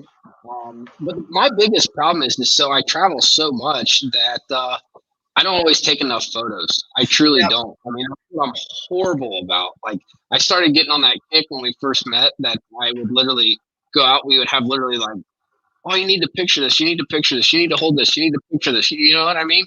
So I'd look up and I'd have, you know, 5 or 6 posts, you know, easy. Well, now this time of year I'm in such a rush and so many things going on. I the only thing I'm taking pictures of is snakes breeding. You know, like there ain't anything else to picture to sell because I'm out. Yep. And I'm taking pictures of it. I of everything. I'm picky about that. Like I don't like to you know, post something that's got a pile of snake poop in the background or something like that, you know, or the cage is like kind of a mess because of them, obviously. But it is what it is. We all know what it's like. We all probably think the same and say the same thing to ourselves when we post that picture. You know, it's like, that one's not that great, but we do it anyways because it's all we have to work with. Yeah. So I need to do more of I need to get content, you know, in volume. And then I'm good. I mean, I can go back on old stuff. I like to be more present than past, you know? So I like to you know, if I'm going to, then I like that animal this is what it is actually today, you know? No, I didn't acquire that animal last year that I'm, you know, or posting a picture of a hatchling that's 2 years old. Yeah. I'm the same way. Yeah. I mean, every once in a while you'll throw like the Throwback Thursdays or whatever up there. If I don't have anything else, you know, I'll throw something up there. But then usually the next day I'll post like an update picture, you know, so there's like a side-by-side comparison. But yeah, I'm in the same boat. It's hard to come up with content. I mean, we have about roughly 35 holdbacks this year. So, you know, we're not very big. I only run about 40 to 50 females every year. And it feels like after a while, it's like, man, I've posted that same snake like, 6 or 7 times. Like 10 times. Yeah, I think it's staying current is rough. Am I still echoey? Yeah. Do I sound echoey to you guys? You still there, Shelby? Uh-oh, Shelby. I lost your mic. I can see you, but I can't hear you. Yeah. Shelby, can you talk? I think he's fixing his earbud. Did it die? Yeah, maybe his headphone died. You hear me now? His headphone probably died. There we go. Your earbud must have died. One at a time, guys. Did you see that? Yeah. Each one has like an hour and 30 minutes to it. So you use one at a time, which gets you 3 hours instead of an hour and a half. There you go. Perfect timing too. We're at an hour and 36 minutes. No, you're good. Dude.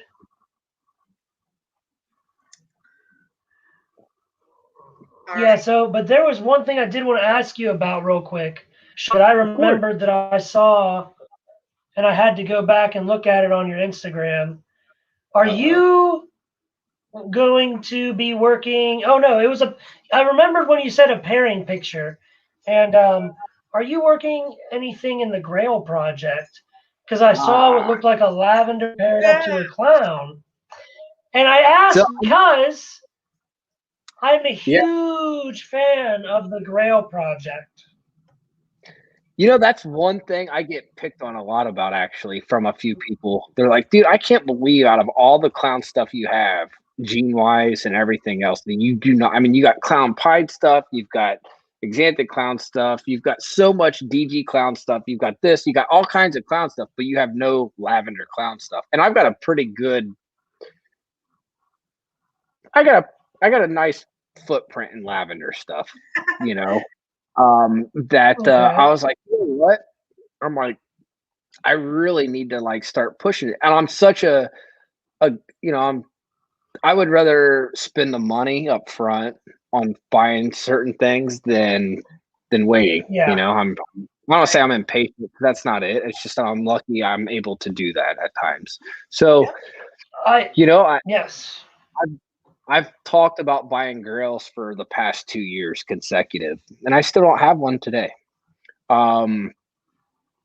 This is the first year, so I've really worked so hard on DG more like DG clown stuff, some DG Xanthic stuff over the past few years that I've really never pushed hard on the grail project. So this year, after I got a few, interesting powerhouse males that I think would really work well with lavender, I was like, all right, it's time to like kind of make some really cool double heads, right? So in the process of getting, of making some of these, so like I try to bridge stuff to where I try to make some clutches for the future, at the same time make some really stellar lavender combos as well. And you're going to have byproduct out of all of it. So, I'm lucky about a confusion leopard. We don't know if it's got yellow belly in it or not, but lavender male. I don't post everything I have. I've got GH lavenders, I got Inchy lavenders, I got red stripe yellow belly het lavenders, breeder females for this year. So like that male run through like those 3 girls. I've got a couple breeder lavender girls that I'm running to like some of the most unique of clown stuff male wise that would work best with lav. So like I did the black pastel red stripe yellow belly clown male to a lavender. And I did my Wookiee Inchy clown male to a lavender girl. So those will be the 2 grail clutches for the season. Unless I want to run the confusion leopard pos yellow belly lavender male to some clown girls, which is still an option. But probably not going to happen. My focus this year was to make 2 really good, solid, interesting clutches in grail, keep all the girls that mean something. And I'm going to definitely this year buy a few grail girls. And then my main thing honestly is buying a pretty heavy hitter 2 gene or 1 gene Grail male. Very awesome. Yeah, the Grail project is. That's what is up. Yeah. Just those pairings. The first time I ever saw Grails about the ones you said you were throwing, like, that's just awesome. I was listening to the pairings, and if I don't tell you now, I'm gonna forget. Because I've had it quite a few times, man. I forget stuff easy. But I said to somebody once, and I truly, truly, truly mean this. I said to them, man, Shelby Mershon is probably one of the most slept on, underestimated breeders in the ball python industry. Because I know you got some heat in those racks. I know, man. But I hear your name every now and then when I talk to people. But look at that poker But I face. think Shelby is like one of the most underestimated people in the industry. For real. I'm serious. Look at that poker face Shelby had, just like. I try to stay pretty humble. I love it. I like seeing other people succeed. I sold a lemon blast clown breeder girl to a lady out in California last, I don't know, 4 or 5, 6 months ago or something. And she sends me pictures. She said she's not eating. And she sends me a picture. She's locked up with the male and the snake's in full-blown ovulation. I said, sweetheart, I said, you might as well just take him out. I said, he ain't doing anything right now. I said, she's done. She said, what do you mean he's done? I said, she's ovulating right now. And it was her first time. Yeah. But I knew at the moment I sent that snake to her because I asked her, I said, are you going to breed him? Well, I'm going to. That she was, like most people first getting in, excited to where she put a male in within probably a week or 2 after getting the girl. Well, it was the perfect time to do it because that's when she laid the year before. They lay within 30 to 45 days every year of that baby, all the time. So it's like clockwork. So that happened, and I was like, I was super happy for her. I said, that's awesome. I said, just keep me updated, call me with any questions you have. Do you have an incubator even ready? For one. I'm here. And she was obviously really happy. But yeah, it was probably one of the first people. I sold her a breeder girl, so she didn't have much work to do in the raising part. But I've responded back and actually getting clutches or a clutch, from something I've sold. There's been males I've sold all over, that I've done stuff. But I like seeing others,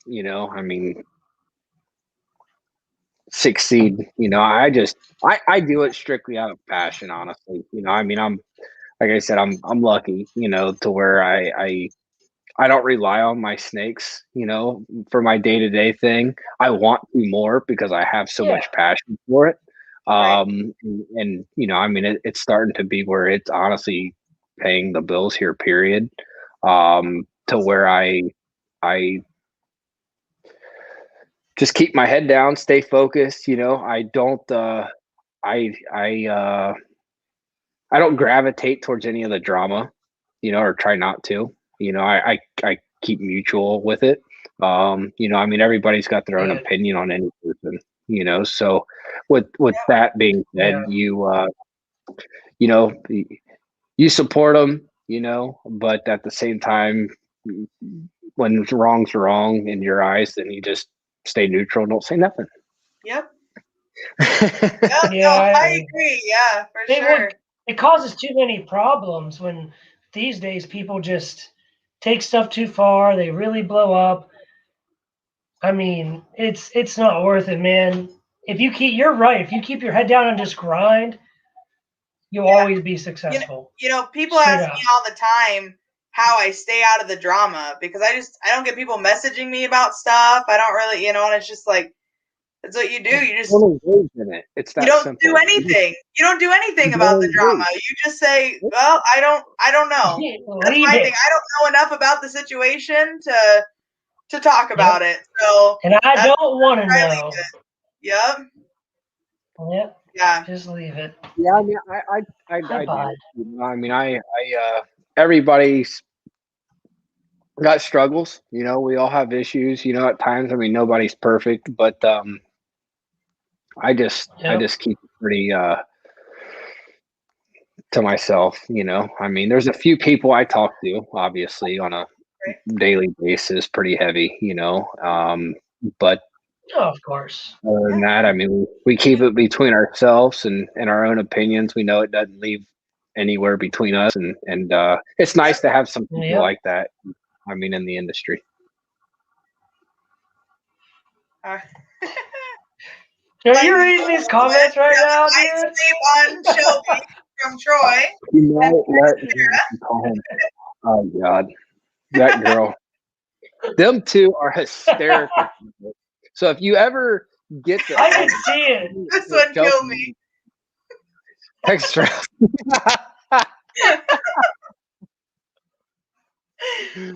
Oh shit. Oh no, it's that's a good one. Troy and Tara together are like got to be a little careful, you know. I mean, they're out of control at times, you know. No. Oh yeah, I mean they're just crazy. Yeah. It's insane. No, we had a lot of fun. That was a good dinner. Liz, are you guys planning on vending Arlington?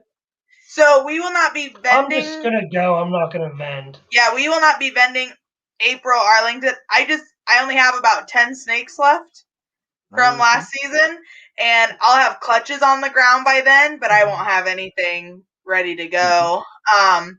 But I'm hoping to vend in the fall. I'm hoping to vend that, you know, later in the year. I wouldn't say we have a late season, but I almost have too early of a season. Everything starts super early, usually for me, kind of around March, April, and then I tend to taper off into about July, and then I really don't get much from August to October. I get maybe 5 or 6 clutches. And it seems by the time spring rolls around, pretty much everything I had is gone, which I mean you can't complain about. Really. And I had a plan this year that I was going to hold on to some stuff. Troy. For spring. I've had some people say that they tend to hold on to some of their higher end stuff until spring when everyone's kind of out, right? And then they don't make, you know, the big deals and stuff. They said, you know, the market tends to be a little better for that stuff.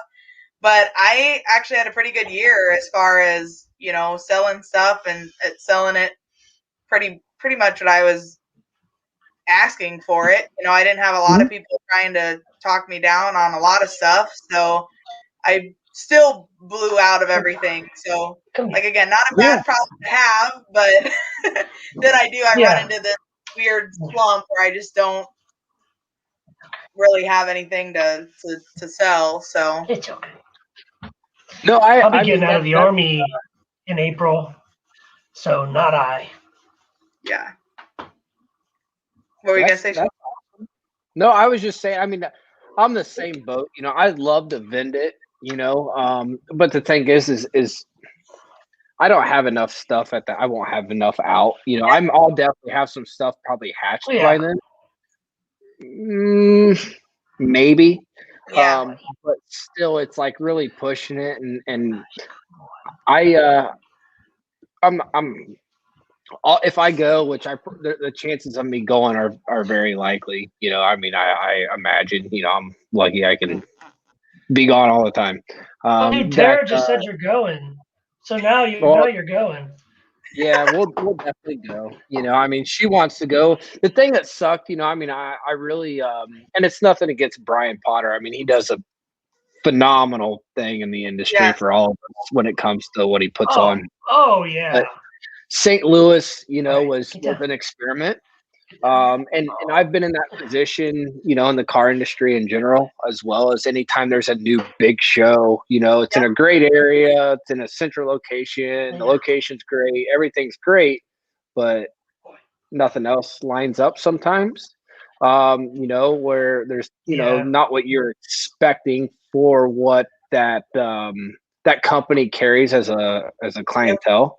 To where, St. Louis was an experiment. So it was a little slower, weaker than some, but it was the first time show. I'm glad he's going to try to take a second shot at it. Because it's really in a good location. It's really a cool area where it was. I mean, as Liz knows, it was. I mean, it was definitely it was kind of like being at an Arlington or something, there was definitely a good community. There's a Top Golf. You're right beside this, you're right beside, there is so much going on, but it was in the crunch of everything else going on that really put a dampening, I think. There's two things that really hurt the St. Louis show, in my opinion. One is that there's another big show in that area that happens every other weekend. And, it has, between 50 and 60 tables of vendors, so it's about the same size, to be completely honest. The market there is a little interesting. I've heard some things about that show where people will mark stuff up like super high, and then someone will come up and offer them $100. They'll have a pastel on their table for $500, and someone will come up and offer them $100. And then the people are like, yeah, I'll take $100 for it because that's what it's actually worth. And so there's a lot of people at that show that were locals that kind of expected that. They expected to come up to a $600 or $700 snake, offer you $150, $200, and you would take it because they're used to that huge, insane markup that other show does.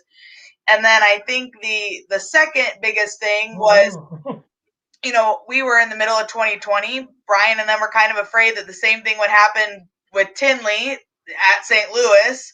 So although I think they put out advertising, you didn't get a lot of the out-of-town people, like out-of-state, right, that actually fly in, come from all over the country for a weekend NARBC show. So a lot of the people that we got were all locals. There wasn't a lot of your people that come from all over specifically to buy, right? Or it wasn't an international show at all. Like what? Yeah, that's the biggest thing with Chicago. The Tinley show. Chicago is an international city in general. Yeah. International airport. Yep. And just in general, we all have international airports to an extent, but like Chicago, when you talk about like cities of the United States, the first things you think of is LA, Chicago, and New York City. Yep. It was Cusco and David Kaufman, I believe, that flew in from Australia to Chicago. They had just gotten done with their Australia trip. They flew into Chicago, that Tinley weekend, and they almost got caught up in the quarantine because they literally came in and their plane landed like 2 or 3 hours before they shut everything down and were doing the mandatory 2-week quarantine and all that fun stuff. So, there's people from all over that fly in just to Chicago and they're there. It's easy access for sure to a show of that size. It is. It's easy access. Yeah. It's just Tinley. I'm sorry, it's just Tinley. There isn't anything better than Tinley. So it's my daughter. That's fine. That's good, bro. It's all good. So, I'll definitely take another stab at St. Louis. I really do want to vend Arlington at some point. Yep. I think the February show is the time to go, from what I've heard for vendors. And so I'll probably make a stab then. I really kind of want to do the Anaheim thing. Now it's Anaheim, not Pomona. But I love California. I kind of like it like New York. Great place to go to. I would never live there. Visit. Maybe not live there. I've been to I'm lucky. I've been in every single state in the United States. But like California, they kind of beat to another drummer sometimes. I'm sorry. Yeah. I love Miguel. No, I love a lot of guys out there, but they beat to another drummer sometimes. You know, I mean, it's a little different. It's a different lifestyle. You know, I mean, it really is. And their laws and some of that stuff is just, to me, it's kind of out of control. Like, I mean, way overboard. Yeah, I couldn't. Yeah. I couldn't live there. And from what it sounds like, there's a lot of breeders in Cali that are trying to flood out of there now. So,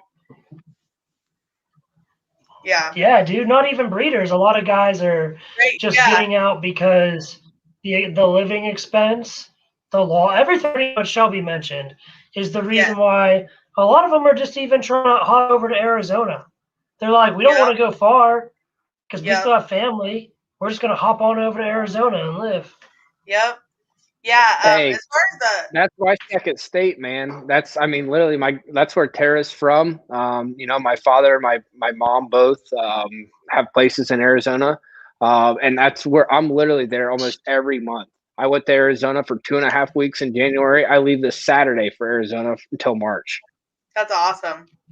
Nice. So I love Scottsdale. That's definitely my my go-to.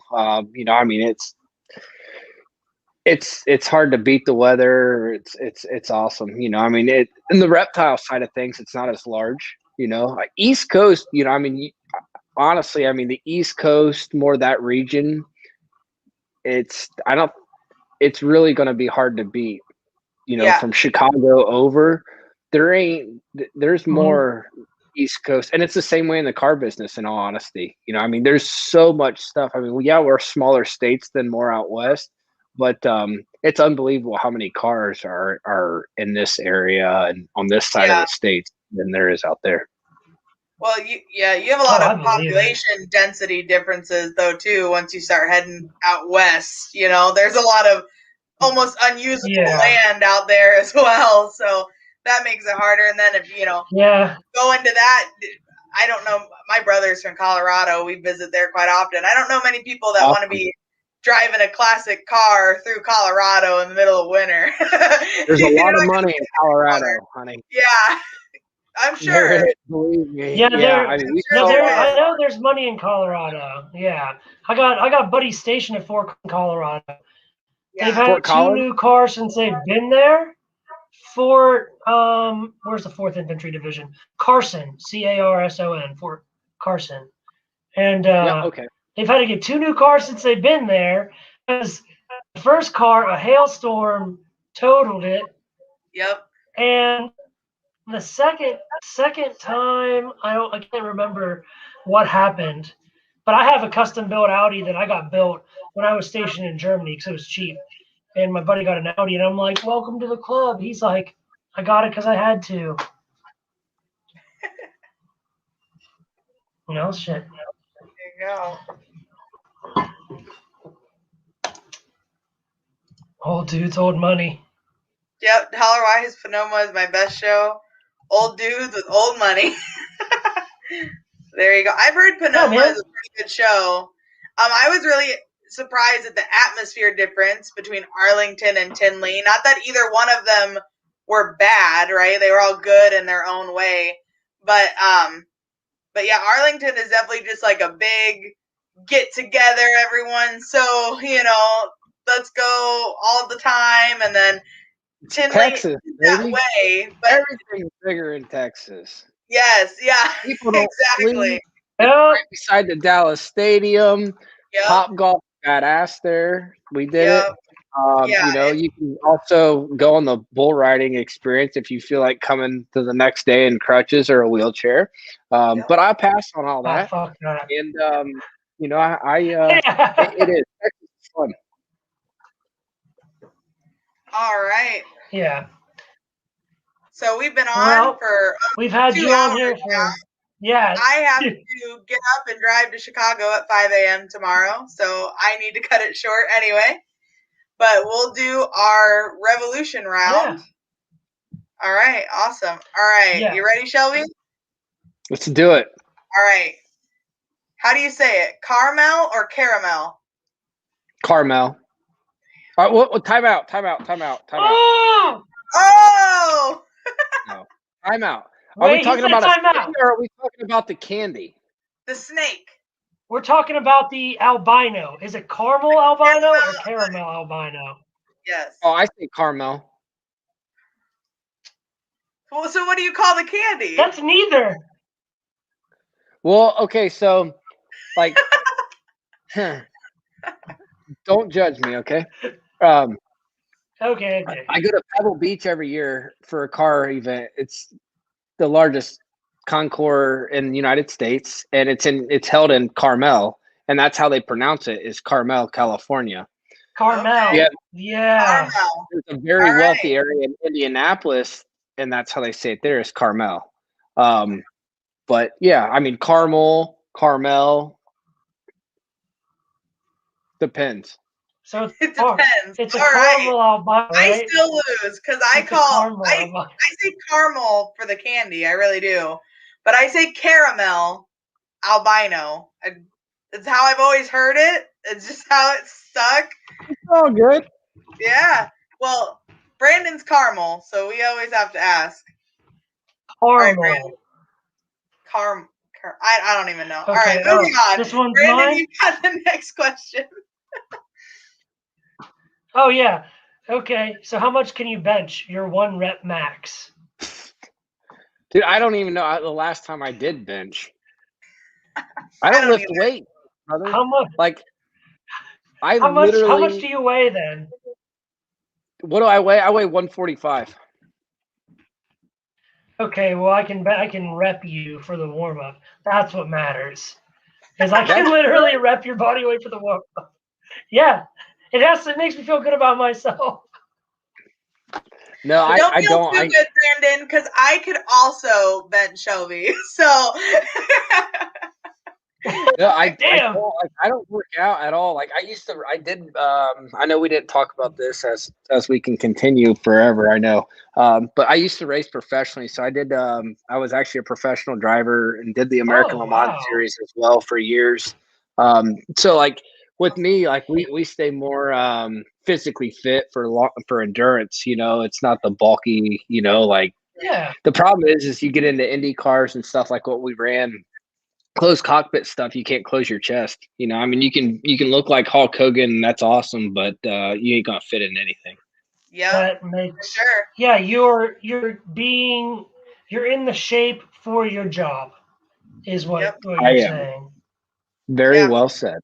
That makes sense. Yeah, that makes sense because I'm in the shape for my job. Which is Liz, you got the last one. Awesome. All right, Shelby, how are you revolutionary? How am I revolutionary? In the industry, in the ball python industry, yeah. Man, you know, I don't, that's tough because I'm so quiet. That is a tough one. And everybody like, man, you're so big. You do this. You got an amazing collection, and I feel like I have a nice collection. I feel like I do okay. But you're always the most constructive criticism is what you do to yourself. You know, I mean, so you're always harder on yourself than anybody else, which is 100%. It is. And if you're not, then you're doing it wrong. Guys. So like the revolutionary, you know, I mean, probably the biggest thing I really want to do is come up with something that that kind of changes the industry, and it's not in the aspect of like creating that correct combo. Right. You know, I mean, there's a lot of things out there, you know, I mean, we could all kind of think of, but I don't know. I would love to create something to benefit everybody in a certain way. That it's something that's able to be had by anybody. You know, it's not an item that you can't afford. It's something that everybody can afford, but something that helps everybody. You know, whether it's a particular program. You know, I'm not real techie to a huge extent, but I mean, that would be revolutionary. I mean, that could help people for years. Yeah, that's awesome. Man, that like touched my heart. I'm not even kidding. It reminded me of the dude. I don't know his name, but he came out with the polio vaccine, and he did not put a patent on it, so everyone could afford the polio vaccine. And Yep. Me, that's like, damn, someone really did that for their country, not out of money or greed. And what you just said is like, man, you really are passionate. Not that I've ever doubted it, but it really shows that you are so passionate and you actually care about the community. And that was a damn good answer, dude. Yeah. I do my best. I mean, I really want. So humble. Do my best. But no, it's one of them things that you all you try to do is to, I don't know, wake up that day and do something that really, that benefits others. At the same time, you're happy with what you did that day, when you go to bed at night. I mean, I could go back out to the snake room right after I get off this and be out there for another 2 hours, trying to feed everything to the exact degree. I'm very persistent with max loads on snakes. We'll just put it at that, and what they can handle and feed. I mean, those are all things that really help, but I'm not going to tonight. I'll just be honest with you, I mean, everything got fed, I'll go out there tomorrow and check and what didn't eat, I'll pull, and what ate, I'll offer them again. And just, you can't change what you can't change, So, Exactly. I mean, it's fun, I mean, I truly enjoy it. I'm really excited for the next thing. That's probably the biggest thing. And I mean, probably for the whole industry in general, I mean, there's quite a few things, I mean, the whole US art thing, I hope we can all rock and roll and like really push, and like stand up to what's going on. Yeah. For everybody, as a community. At the same time, I really, I mean, everybody's pulling their hair out, I feel, about, I mean, going to shows, everybody seeing each other again, having a drink that night, or whether it's water or a beer or whatever, your drink of flavor is, but just to be around people, that have common interest that you have in what we do. And I mean, I see, like Tinley and stuff, I see people wanting to be there like a day or two even earlier.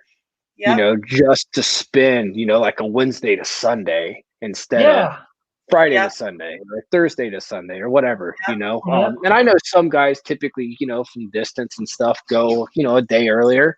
I think there's going to be people this year. I think that, I mean, potentially towards the end of the year when we're back rocking and rolling, hopefully that people are going to, I mean, we're going to go even earlier, Tinley's the Mecca, I mean, period, almost. Yes. All over the world, I mean, I wanted to do the European shows of going over there. I used to go to Europe every year for a month. So I'm not unfamiliar with going there, but right now, I mean, that would be like asking for way more than probably what we're even going to be allowed to for a little while. Yeah. I always, when Tinley got canceled, in the spring of last year, I were out telling people, I look forward to 2 things a year: spring Tinley and fall Tinley, and they were both gone. I mean, it's crazy. And I mean, yes, we're very fortunate to have social media to kind of keep us all connected and, be able to talk to friends and stuff. But it's just, I don't know, at least for me, it's different. It's different to be talking to you over a phone or over an Instagram or Facebook chat than it is to sit down at a table and have dinner and not have to, it's just nice to be face to face and just have a conversation with someone that doesn't include a computer or cellular device. Right. We need that human interaction, man. Yeah. Yeah. But Shelby, we shouldn't keep you any longer, man. You already had to kiss your girl goodnight, and you go do your thing, brother. And thank you for coming on. It was awesome to have you. I do look forward to seeing you and Tara in Arlington in April. Yes. I'll be there for sure. Okay. Yeah, hope you guys can make it. Best. I don't see why we won't be. I mean, there's no reason to not be there. I mean, vending, like I said, not going to happen. But to go and see everybody and do the whole thing, I mean, you can definitely count on it. I'll do my best. Awesome. Yeah, I know sometimes things pop up, but we really, really hope you can make it out, and love to see you and Tara again. I'm sure a lot of other people feel the same way. Real quick, shout out to Shane at Small Town Exotics. It was his birthday the other day. That was the whole reason I wore this T-shirt. There we go. All right. Thanks, Shelby. Thanks for having me, guys. I greatly appreciate it. And yeah, we appreciate you taking more time out of your day. Yeah. No, we'll have to. We can always do it again some other time. You can come on again. Yeah. There we go. I'm down for sure. All right. Yep. We'll have another list of questions. All right. Thanks, Shelby. We'll see you next time. You guys. All right, brother. Talk to you later. Bye. All right. I think that went well. Got a lot of awesome questions answered. I agree. Shelby had a lot of knowledge. Yeah. Oh, yeah. Shelby had a lot of knowledge, and that's a dude, like, I immediately halfway through, I was like, we got to have him on a second time.